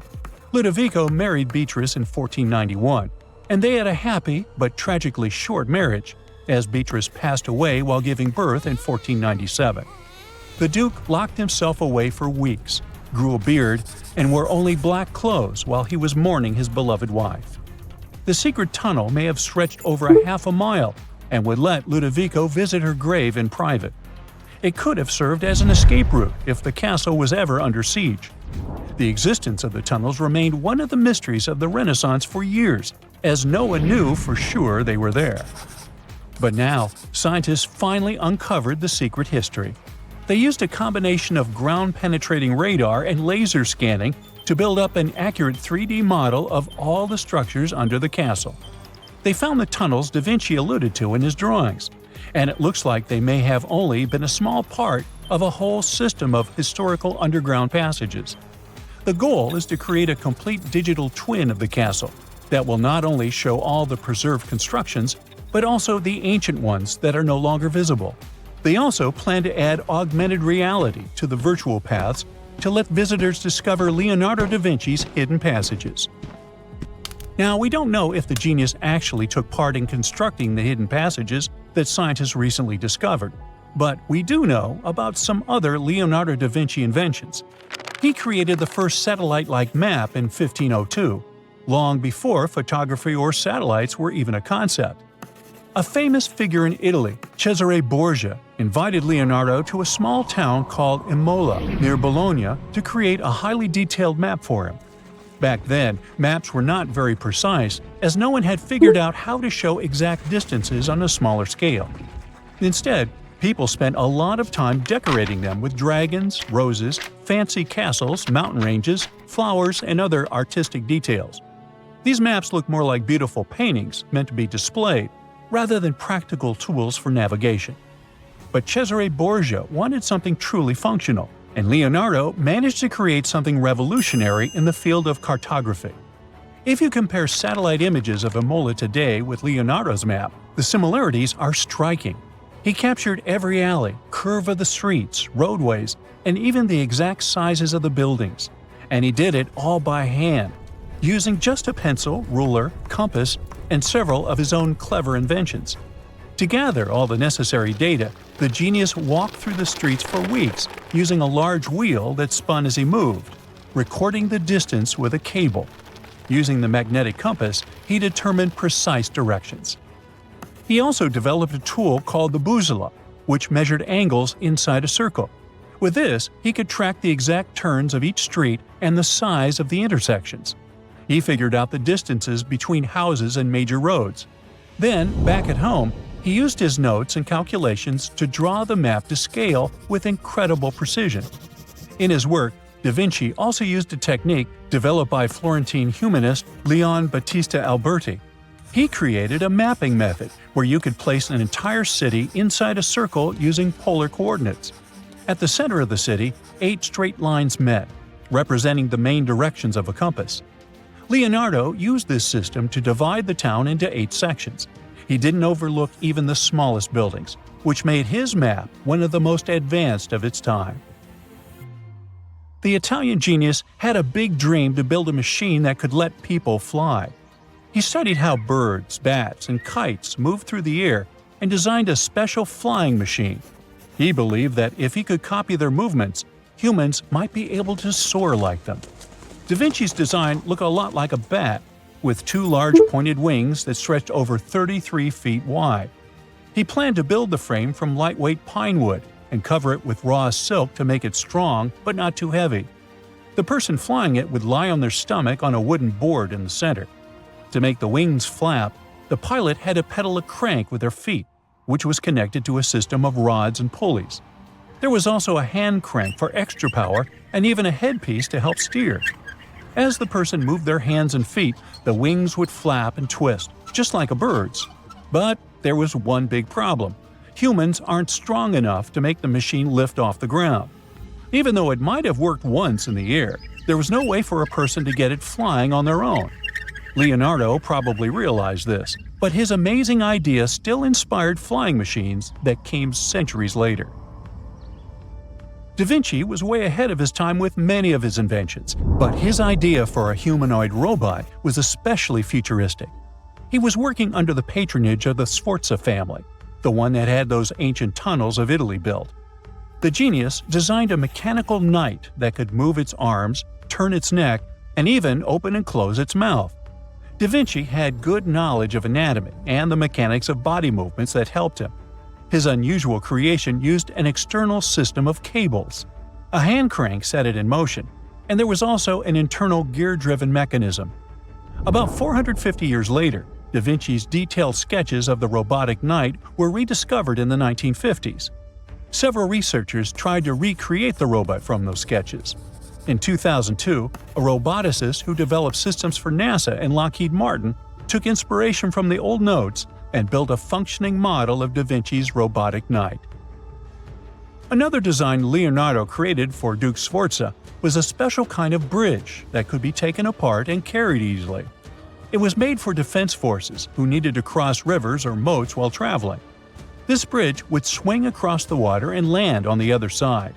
It had wheels and used a rope and pulley system, so it could be set up quickly and packed away just as fast. To keep it steady, it even had a special weight to help balance it. Leonardo wrote in his notes that the bridge was light yet strong, and he designed several bridges like this for the Duke.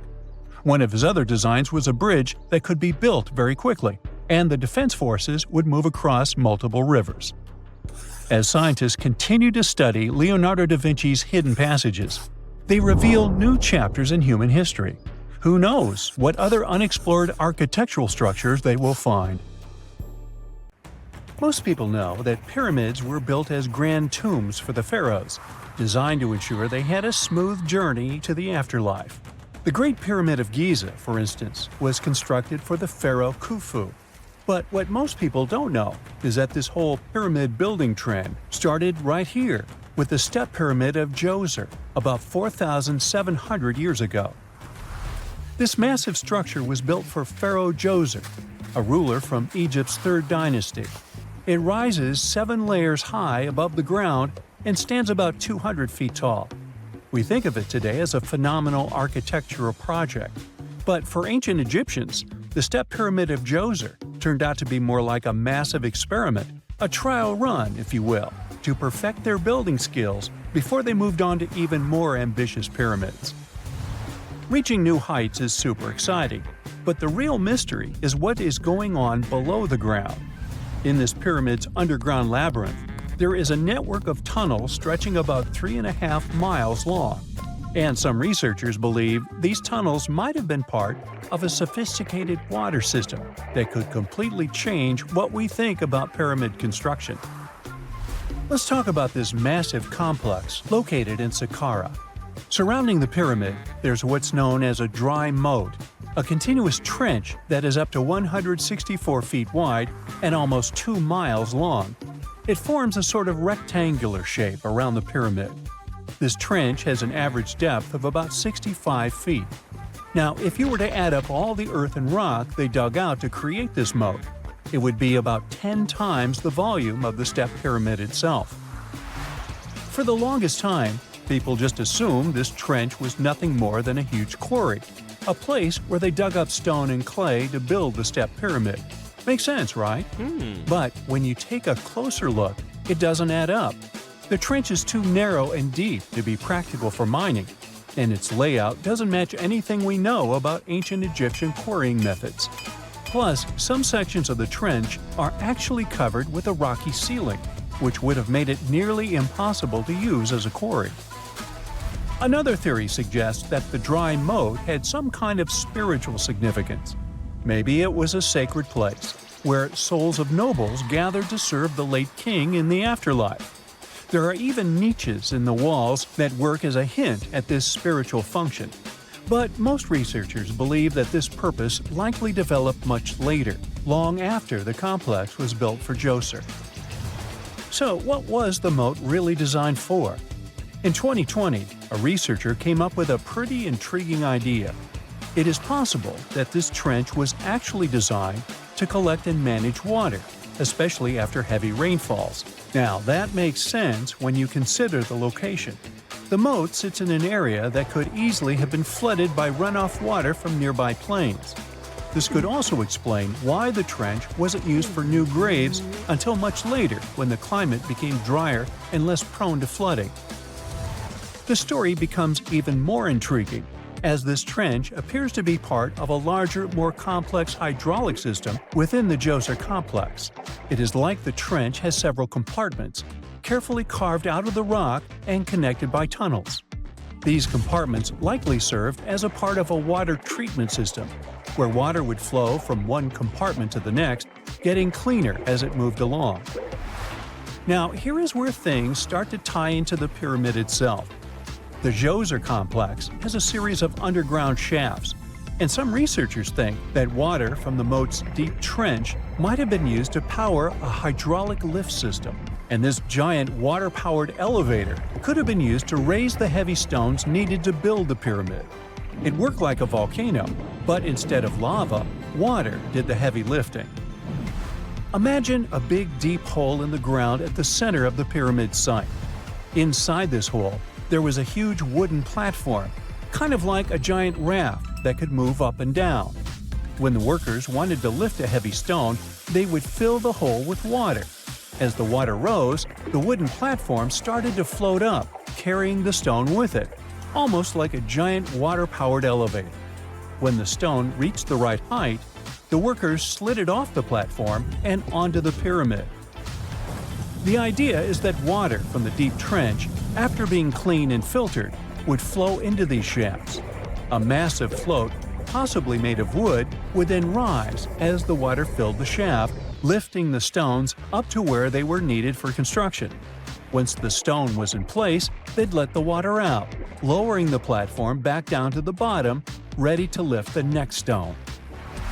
This fancy hydraulic lift system could have been a game changer, making the whole building process a lot faster and more efficient without using a lot of workforce.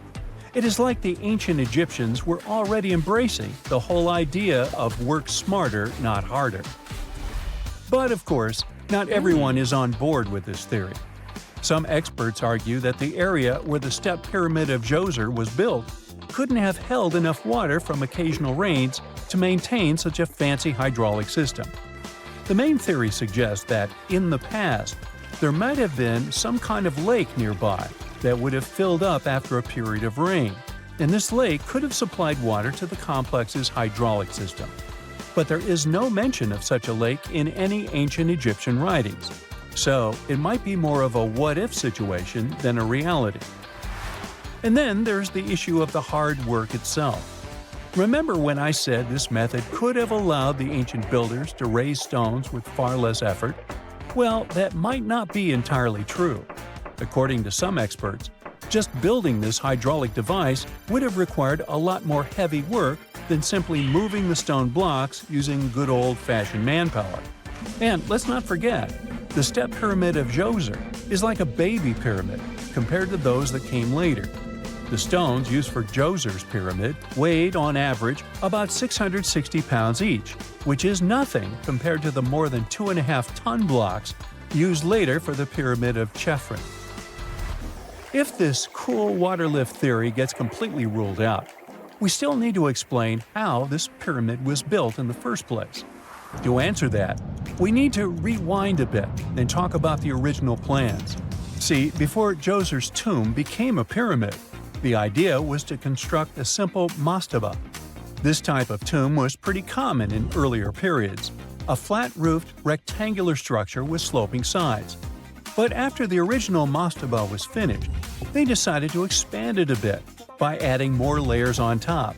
And then they added even more layers, until the construction reached 6 distinctive steps, each one smaller than the previous. And they probably did all this by raising those heavy stones using ramps, not a water-powered elevator. There is still so much we don't know about the step pyramid of Djoser. More research is definitely needed to fully understand how this system worked, or if it even existed at all. But the idea of using water to help build the pyramid adds a whole new layer to our understanding of ancient Egyptian engineering. It's a powerful reminder of just how clever and resourceful those builders were, using the natural landscape and the power of water to create one of the most iconic monuments in history. We know that the ancient Egyptians were talented enough to build something as grand as the pyramids, but were they also smart enough to measure the speed of light? There's a theory circulating online that says exactly that. If you look at these two numbers, you'll see that they match completely. The first one is the speed of light in a vacuum measured in meters, and the second one is the latitude of the Great Pyramid of Giza. So, was it done on purpose, or is it just a coincidence? Well, happily, we can tell you that it's actually just a coincidence, not another conspiracy thingy. The Great Pyramid is just one of the many places in the world that share the same latitude. And more importantly, even if the ancient Egyptians had somehow measured the speed of light and chosen to keep it a secret from the rest of the world, they wouldn't have used meters to put it down. Meters were only defined at the end of the 18th century. The builders of the pyramids used a different unit of measure called cubits. 1 cubit is equal to 1.5 feet. Cubit was based on the length of the arm from the elbow to the tip of the middle finger, and it became popular in the ancient world. So if they wanted to impress the rest of the world and set the pyramids at a point that matched the speed of light in cubits, they would have to build their iconic constructions somewhere in Europe. And then the Danish astronomer who first measured the speed of light in 1676 would have been really upset to know that someone had done it centuries before him. So, although they were ahead of their time in many aspects, the ancient Egyptians never measured the speed of light or used longitude and latitude to map their locations. The base of the Great Pyramid of Giza might seem like a perfect square, but it's actually an 8-sided structure, not 4-sided. Each of its 4 sides has a subtle concave indentation that splits it evenly from base to tip. The official version is that a British pilot was the first to notice it in 1940 while flying over the pyramid. He took a photograph that showed shadows highlighting these indentations. Some people think these lines are only visible from above and can best be seen at dawn and dusk during the spring and autumn equinoxes. This has led to a freaky theory that the ancient Egyptians might have designed the pyramids to communicate with something looking at them from above. Now, the Great Pyramid is one of only 3 pyramids that used to have a swivel door. It weighed around 20 tons, but they could still easily open it from the inside. Its precise fit made it nearly invisible from the outside, with no visible latch or handle. There were only slight variations in the exterior stone that gave out an opening. The other 2 pyramids with similar doors belonged to Khufu's father and grandfather. The Great Pyramid also has a hidden void at least 100 feet long that was only found in 2017. We still don't know what lies within the space, what purpose it served, or if it is the only space of its kind. Researchers used the same tech to see through cathedral walls, Mayan pyramids, and even volcanoes. It depends on a natural shower of subatomic particles called muons. They pass more easily through empty space than through solid materials. So if they arrange multiple muon detectors around a structure, scientists can map out its solid and empty areas. A team of scientists placed muon detectors inside the Great Pyramid and allowed them to gather data for months. Scientists have analyzed samples of the mortar used to build the pyramids many times. Although we know its composition, modern technology still can't replicate it. The mortar is mostly made from processed gypsum, but it wasn't used like the cement we use for bricks today. Instead, they used it to support the joints between the massive stones as they were set in place. The estimated amount they needed to construct the Great Pyramid was around 500,000 tons of mortar. The gypsum mortar is stronger than the stones themselves and has held up for thousands of years. Now, all four sides of the Great Pyramid are aligned with the cardinal points – north, south, east, and west. According to geologist and engineer Glenn Dash, the alignment is accurate to within 4 minutes of arc, or 1/15th of a degree. The architects managed to achieve this without modern tools like drones, blueprints, or computers. Many researchers try to explain this construction miracle. Maybe they used the pole star or the sun's shadow. Dash recently proposed a new, simpler idea. The Egyptians might have used the autumnal equinox to align the pyramids. It happens twice a year when the Earth's equator passes through the center of the sun's disk, making day and night nearly equal in length. To test his theory, Dash conducted an experiment on the 22nd of September 2016, the first day of the fall equinox. He used a special rod the Egyptians had to cast a shadow and tracked its tip at regular intervals, forming a smooth curve. By connecting 2 points of the curve with a taut string, he created an almost perfect east-west line. Dash noted that on the equinox, the shadow's tip runs in a straight line, nearly perfectly east-west, and with a slight counterclockwise error. There's a similar error in the pyramids. Although his experiment was conducted in Connecticut, Dash believes that the same method would work in Egypt. All the ancient Egyptians needed was a clear, sunny day. They could determine the fall equinox by counting 91 days from the summer solstice. But they left us few clues, and no engineering documents or architectural plans have been found that explain their methods. So they might have mapped shadows, but it's not definite. Now, scientists have long wondered how heavy stone blocks were carried to the pyramid sites, and they might finally have an answer. A research team from the University of North Carolina, Wilmington, has discovered that 31 pyramids are likely to have been built along a long-lost ancient branch of the River Nile. It's now hidden under desert and farmland. For many years, archaeologists have thought that ancient Egyptians must have used a nearby waterway to transport materials, equipment, people, and whatever else they needed to build the pyramids on the river. But up until now, they weren't certain of the location, shape, size, or proximity of this waterway to the site of the pyramids. The group of researchers used radar satellite imagery, historical maps, geophysical surveys, and sediment coring to map the river branch. They believe it was buried by a major drought and sandstorms thousands of years ago. The team managed to go below the sand surface and get images of some hidden features thanks to radar technology. They found hidden rivers and ancient structures running at the foothills of where most of the ancient Egyptian pyramids lie. The discovery of this extinct river branch helps explain the high pyramid density between Giza and Lisht, in what is now an inhospitable area of the Sahara Desert. Now, Egypt isn't the only country with the most pyramids in the world. The champion's title here goes to its southern neighbor, Sudan. It has between 200 and 255 pyramids, compared to Egypt's measly 138. They were built by members of the Kingdom of Kush, an ancient civilization that ruled the lands along the Nile River many years ago. They started erecting pyramids around 500 years after the Egyptians had stopped doing it. Their pyramids are much smaller than the Egyptian ones, but were built for the same purposes. Archaeologists are still working to find out how the pyramids in the Sudan were built, how long it took to complete them, and what happened to their society. A gruesome discovery took place in Egypt some years ago. You want to hear about it? 16 human hands, carefully buried in 4 eerie pits. They didn't look too much like human hands at first, since they were abnormally large, but they were. Weirdly, there were only right hands. No left hands were in sight. It turned out that it points to the practice of an ancient dark ritual. Old Egyptian art and tales talked of a ceremony where warriors would present the right hand of their adversaries as proof of victory and ask for gold in return. Egyptians believed in the afterlife, so cutting off someone's hand meant you cut off their power eternally. Guaranteeing this type of defeat was interesting to the winning party. Here, the fight was between Egyptians versus Hyksos, who lived in what was once known as Canaan.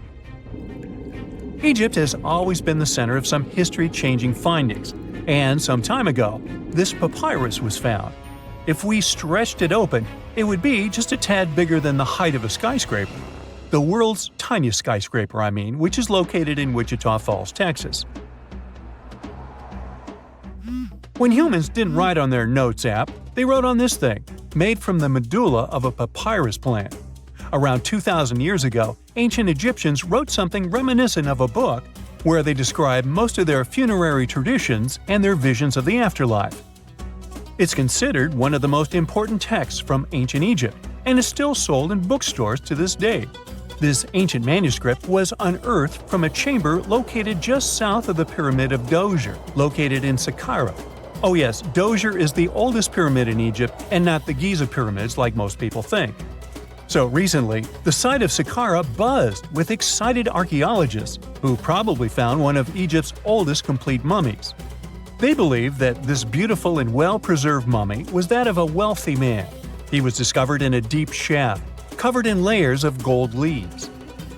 There are many symbols that show he was an important and wealthy man, like the band he wore on his head, the bracelet on his chest, and the fact that he was embalmed with a tunic, which was reserved for Egypt's finest.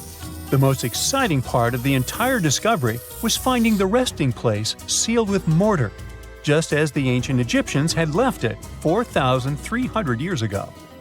Now this may sound weird, but back in 2008, archaeologists discovered a missing pyramid.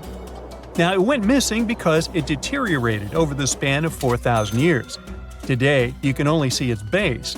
It was a pretty important site back in ancient times. It is said that around the area of the pyramid, the ancients hosted a special type of ceremony where high priests would carry mummified remains of sacred bulls. Now here's a fun fact. Ancient Egyptians believed that Apis bulls were earthly incarnations of the city deity of Memphis and was connected to rites of fertility. It wasn't just any Apis bull, though. They needed to be all black, with a single white mark between its horns and a bunch of very specific characteristics. They were selected by the local priests and honored until they passed away. After that, they were mummified and buried in underground galleries. Meanwhile, this missing pyramid sort of disappeared around the 1800s. It was a German archaeologist who first found it in the village of Saqqara. He called it the Headless Pyramid when he first found it. But then, years after the official discovery, the desert sand came along and covered the whole thing. There were some excavations between the 19th and 20th centuries, but they weren't too systematic. That's why scientists were so thrilled when they dug an entire pyramid's base after removing the 25-foot mound of sand that was covering it. Oh, and it turns out American archaeologists are excavating a cemetery in Egypt that could contain over 1 million mummified bodies. So far, archaeologists have dug around 1,700 mummies. One of the main differences from other classic Egyptian mummies is that these people weren't kings and pharaohs. They were commoners that most likely lived about 1,500 years ago, when Egypt was controlled by the Roman and Byzantine empires. The name of the cemetery is cool, though, the Way of the Water Buffalo, just in case you want to check it out on your next trip. Other than bulls and buffaloes, ancient Egyptians also liked baboons. Are you seeing a pattern here? In the beginning of the 20th century, archaeologists discovered a site filled with mummified baboons in a place called, guess what? The Valley of Monkeys. An animal wouldn't have been mummified if it wasn't considered important. Certain animals were more important than others, since they were linked to specific deities. Jackals were connected to Anubis, the ancient god of the afterlife, and cats were likened to the female deity Bastet. Baboons were a pretty big deal, since they were believed to be connected to Thoth, the deity of wisdom and advisor to Ra, one of Egypt's supreme deities. The archaeologists who studied these animals weren't too happy. They think these baboons were kept inside and were deprived of sunlight for most of their lives. They had extreme vitamin D deficiencies and they were poorly fed. Maybe Thoth got angry with these baboon keepers. Just a guess. Since there's never a boring day for archaeologists in Egypt, they also found human mummies with golden tongues. Since Egyptians were all about the afterlife, they believed that golden tongues might help a person speak once they pass to the other side. I mean, it's a long shot, but hey, why not? Some of these mummies were placed in wooden coffins with goods, such as necklaces, pottery, golden artifacts in the shape of lotus flowers, and scarab beetles, and iPhones. Just kidding. A new temple was also unearthed recently in Egypt. Scientists believe it was dedicated to honor Zeus Cassius. That deity would be a cross between Zeus, the almighty Greek deity of the sky, and Mount Cassius. While digging around the Sinai Peninsula in Egypt, archaeologists spotted 2 pink granite columns poking out of the ground, and bingo. They believe these columns represented the temple's front gate and collapsed during an earthquake many years ago. And speaking of deities, there weren't only super serious deities. Recently, scientists unearthed a golden ring in a city south of Cairo. No, Frodo, it's not magical. It was a normal gold ring, but it had the depiction of the deity of fun, officially named Bes. This deity is often described in sacred texts as a happy chubby dwarf. Today, many tattoos we get are sorta deprived of any sense and are made of aesthetic purposes only. In ancient Egypt, though, women would get tattoos as a token of protection for childbirth. That's what scientists think, at least. Around the Nile region, scientists found some mummies that had well-preserved tattoos, which is a rarity since the skin deteriorates so easily. 2 of these women tattooed their lower backs, and the drawings were simple. They were mostly pictures, including that same chubby dwarf we just talked about, Bes. He also had a side hustle as the protector of women during childbirth. Now, would you believe me if I told you ancient Egyptians invented robots? No? Well, that's because that's not entirely true. Sure, they were astronomers, mathematicians, and engineers, and somehow they also squeezed an eccentric invention into that package – an automated deity some scientists called Hathor. This wooden statue had been in the Metropolitan Museum of Art for years before someone noticed its secret. With the help of an X-ray machine, specialists discovered a mechanical operating system inside it.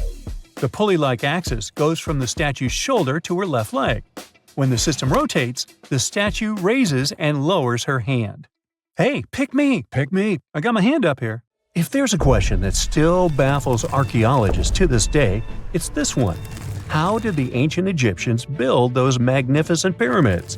As far as we know today, their resources were quite limited, especially in terms of tools and building materials. We still don't have a fully satisfying answer, but hey, we've got some pretty amazing theories worth considering. The leading contender among these theories involves the clever Egyptians employing a sneaky strategy. Now picture this. They constructed a slanted and curving mound made of bricks, earth, and sand encircling the pyramid to be. As the pyramid grew taller and taller, they simply increased the height and length of this wacky structure. It's like they were playing an ancient game of Jenga. Now, how did they get those massive stone blocks up there? Well, according to the legendary ancient Greek historian Herodotus, they used sleds, rollers, and levers. It sounds like they turned construction into a supersized game of tug-of-war. And guess what?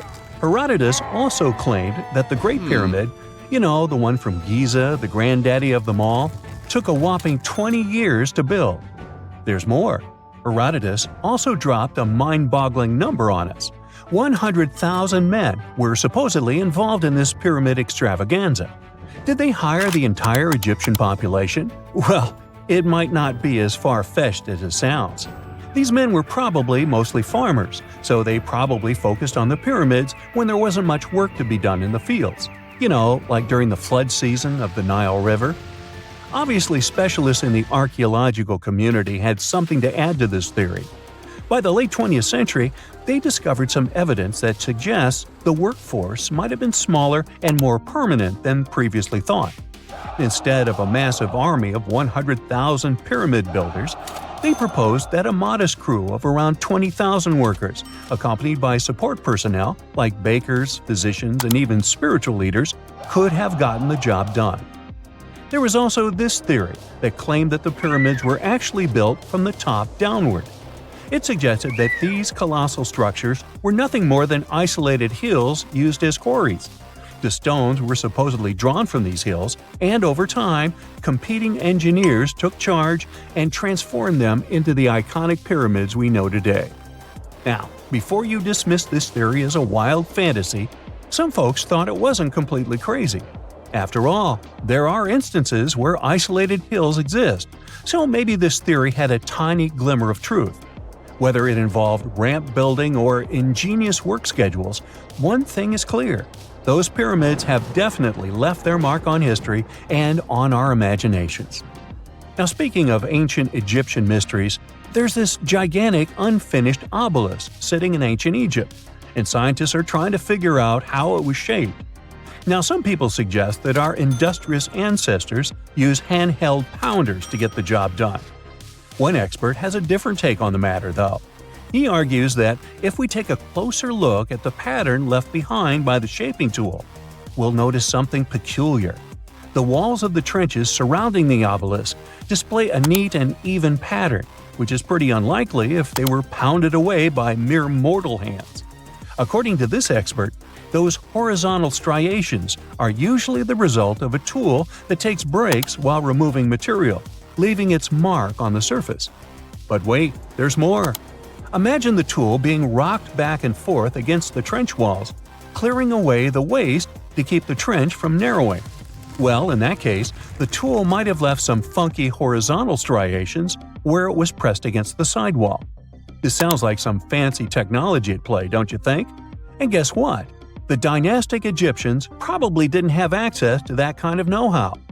Another famous Egyptologist from way back also uncovered a bunch of core drills during his adventures.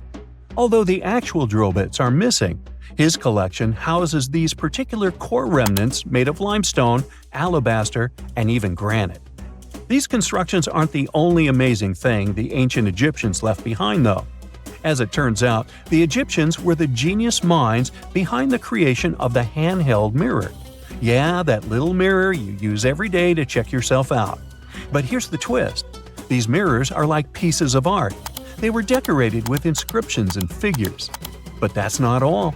The Egyptians had a serious concern with their appearance. They knew the importance of personal hygiene and looking fabulous. So, in their quest for pearly whites, they invented toothbrushes and toothpaste. Dental problems were pretty common back then, and their smiles weren't exactly all white. Dentistry wasn't their strongest suit, you see. Maybe their minds were distracted by all that pyramid building. So that doesn't mean those ancient toothpaste recipes weren't amazing. One delightful concoction included rock salt, mint, dried iris petals, and pepper. Some brave dentists in the 21st century tried it out, and it worked pretty well. Ground-up ash was also used in another recipe to create a tooth cleansing paste. Mint was missing, so that didn't do much for their breath. That's when the genius Egyptians came up with the world's first breath mints. They made tablets from heated spices like cinnamon, and they mixed it with honey. Now, let's shift gears to home decor, Egyptian style. They surely took ornamentation to the next level. While the concept of decorating furniture started in Mesopotamia, the Egyptians cranked it up a notch. They went all out with different colors of ink and even developed various weights of paper. Oh, and let's not forget about those cute little area rugs we all have in our homes today. Guess who came up with the idea? Yep, the Egyptians. They used the versatile papyrus plant to make those cozy rugs. And speaking of trends, the Egyptians loved their knickknacks. They had an assortment of small figurines in the shapes of cats, dogs, and people. These statues were made from various materials, like simple sun-dried mud to the ultimate bling of gold. It all depended on how loaded you were. The Egyptians were also all about farming, and they knew that clean water was crucial for their crops and animals. That's why they came up with some nifty inventions and techniques to make sure their land was fertile and their plants were happy. First off, they had the genius idea of using ox-drawn plows. They had two types of plows, heavy and light. The heavy plow would strut its stuff, cutting deep furrows in the soil, while the lighter plow followed behind, fluffing up the earth. But they didn't stop there. After plowing, the Egyptians would break up clumps of soil and sow the rows with seeds. To give those seeds a good old squish into the furrows, they'd march their livestock across the field, effectively closing up the furrows. But hey, all that hard work would be pointless if their seeds were as dry as the Sahara. That's where irrigation comes into play. The Egyptians were so good at it that other cultures, like the Greeks and Romans, couldn't help but copy their techniques. Now let's switch gears and talk about the marvelous architecture of ancient Egypt. These folks weren't just skilled farmers, they were also architectural maestros. They built these fancy canals to carry water to farms and villages, and boy, did they know how to make those canals look pretty. Just imagine strolling along a canal lined with ornate structures. The pharaoh Ramesses the Great was quite the overachiever when it came to construction. One of his mind-blowing creations was the construction located at Abu Simbel. This building was designed so that twice a year, the sun would shine directly into it and illuminate the statues of Ramesses. And let's not forget about the corbelled arch. Without this architectural gem, we'd be missing out on some mind-boggling structures like the Great Pyramid. The Egyptians knew how to make things stand tall and proud, thanks to their engineering and construction wizardry. They built grand halls and inner sanctums that make your jaw drop, and some of these temples doubled as astronomical observatories. Secant, cosine, tangent, sine, 3.14159. Yeah, that was the cheer we heard coming from the trigonometry club back in the day. For the rest of us in math class, terms such as sine, tangent, and pi were just bewildering. Who invented these and why? Was their only purpose to make it harder for students? Well, not quite. Trigonometry was invented by the ancient Egyptians. They needed this knowledge to construct pyramids, and they did a pretty good job too. The Great Pyramid in Giza still stands today, some 4,500 years after it was built. No recalls either. So let's get out of that classroom and on a journey through time to reveal the secrets behind the ancient Egyptians' precision. Here you are, standing on the Great Pyramid's construction site, some 9 miles from Cairo. Well, the city still isn't there, as you're surrounded only by the desert and teams of construction workers. They're transporting large stone blocks weighing 2.5 tons each. They're inside a wooden sled that sits on large rollers. A crew of 8 men rolls these blocks along the ground. You immediately think of the rollers on a supermarket cash register. The principle is exactly the same, but the scale is greater, much greater. Scientists estimate that the Egyptians used 2.3 million such blocks in the Great Pyramid alone.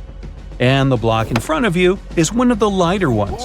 The heaviest of them weighed up to 15 tons. But where did all these blocks come from?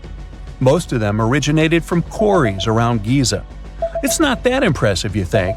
But wait until you hear how ancient engineers transported the granite used in construction over 500 miles to the pyramid. There were no railways or highways back then, but the mighty Nile was always there. Researchers even believe that the Egyptians dug a canal to connect the Nile directly to the pyramid's construction site. All they had to do then was to wait for the flood season to begin, and voila! The rising water levels floated the heavy stone blocks for them. But how did they lift the enormous stones on dry land to stack them up to the top? Did they use oversized cranes? Well, ancient Egyptians worked around this problem, literally speaking. One of the workers is now pointing to the giant ramp going around the pyramid they're building. This is how a mountain road zigzags its way to the top. If the ramp went directly to the top of the pyramid, then workers couldn't pull the stone blocks along it. It would be too steep. Scientists have calculated that 8% could be the maximum incline. So ancient Egyptians just extended the ramp around the pyramid. Again, these are all theories, as the ramp could have been inside the pyramid, as some researchers suggest. The exact building method is still a mystery, guarded by the Sphinx. That's its real name, right? Wrong. As the Great Sphinx is just the statue's alias. You know, the name writers take when they want to hide their true identity, or a singer's stage name. The Sphinx's real name, translated from Egyptian, means Horus in the horizon. That was the name for the Egyptian deity of the sky. The trail of mystery doesn't end there. As a man walks past you with a bucket of paint, he's going to add a touch of color to the Great Sphinx. Researchers found specks of this red color next to its ear. That was some strong paint, as it survived for thousands of years. You are now standing straight in front of the Sphinx. You look up. It's very tall, right? 66 feet to be precise.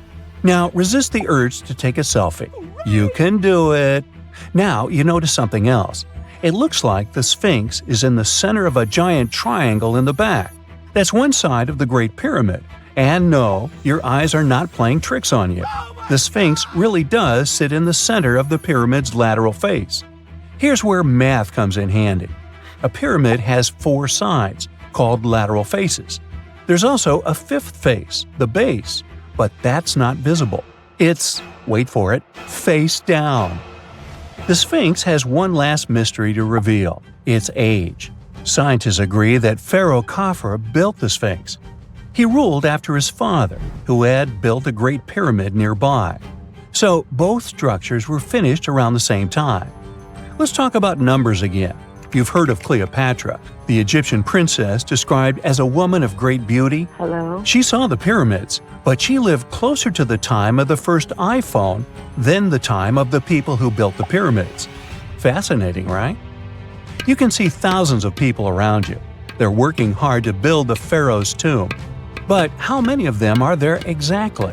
One Greek philosopher estimated there were as many as 100,000 workers. Seems like an okay number for such an enormous structure, but it can't be true. Science simply can't back up this number. Egyptologists put the total number of workers at 30,000. And yes, Indiana Jones was one of them, at least on the big screen, but he showed up late. Egyptologists know a lot about the pyramids, but not everything. Not because they don't want to, but because they haven't yet dug up enough evidence. They can only guess how the building process went. First, engineers would arrive to choose the right spot and do the necessary measurements. That's why they needed all that complicated math. Then, it's time for sourcing the material, the large stone blocks I mentioned earlier. When boats deliver them to the site of the future pyramid, workers can finally do their thing. They operated in smaller groups, but there were at least 2,000 of them chiseling and carving away at any given time. Sounds like a typical construction site today? Well, that's because it is, just thousands of years ago. It's amazing what ancient Egyptians were able to achieve with just copper and stone tools. The pyramid is now complete in front of you. But is it the same pyramid we see today? Why is this structure shining bright in the desert sun? Isn't it supposed to be a dusty yellow color? Well, no. Human activity and the elements have completely stripped the outer layer of stones over time. Expert craftspeople polished these blocks using nothing but stone and sand. The end result was a smooth and shiny rock. On the day it was completed, the Great Pyramid of Giza was a perfect triangle of light. Its polished sides acted like giant mirrors, reflecting the powerful Egyptian sun. This is the point where you should put your glasses on, and that shiny thing you see at the pyramid's very top is actually gold. The capstone at the top of the pyramid is called a pyramidion. It was covered in sheets of gold. As you can guess, these were the first stones to disappear. Let's make another stop before we get you back to your classroom. We travel to the British Isles, and no, Stonehenge isn't our destination. It is Newgrange in County Meath. Scientists estimate that the ancient peoples of Ireland built this stone monument around the year 3200 BCE. This makes it older than both Stonehenge and the Great Pyramid in Giza. The function of the circular mound in Newgrange is the same as the one of the Great Pyramid and equally mysterious. The estimated amount of loose stone present in the valley is over 220,000 tons. And it's not just randomly thrown on a pile. The order in which the stones are set makes the structure water-resistant. That would explain how Newgrange had survived for so long. Kinda makes you want to splash out the cash for that waterproof phone case, huh? Well, you're back in your school desk, but today's math lecture is the last thing on your mind. You're thinking about how great the Egyptian pyramids are, and if we have something similar today. It turns out modern engineers are just as impressed with the Great Pyramid as you are. There's a glass pyramid sitting in the main courtyard of the famous Louvre Museum in Paris. The panorama of San Francisco wouldn't be complete without the 48-story Transamerica Pyramid. But Las Vegas went the furthest. There we find the Luxor Hotel. It's so big that it's the third largest pyramid on the planet. And guess what's in front of it? Yup, a replica of the Sphinx. It's 110 feet tall, 2 stories higher than the one in Giza. Yeah, everything's bigger in Vegas.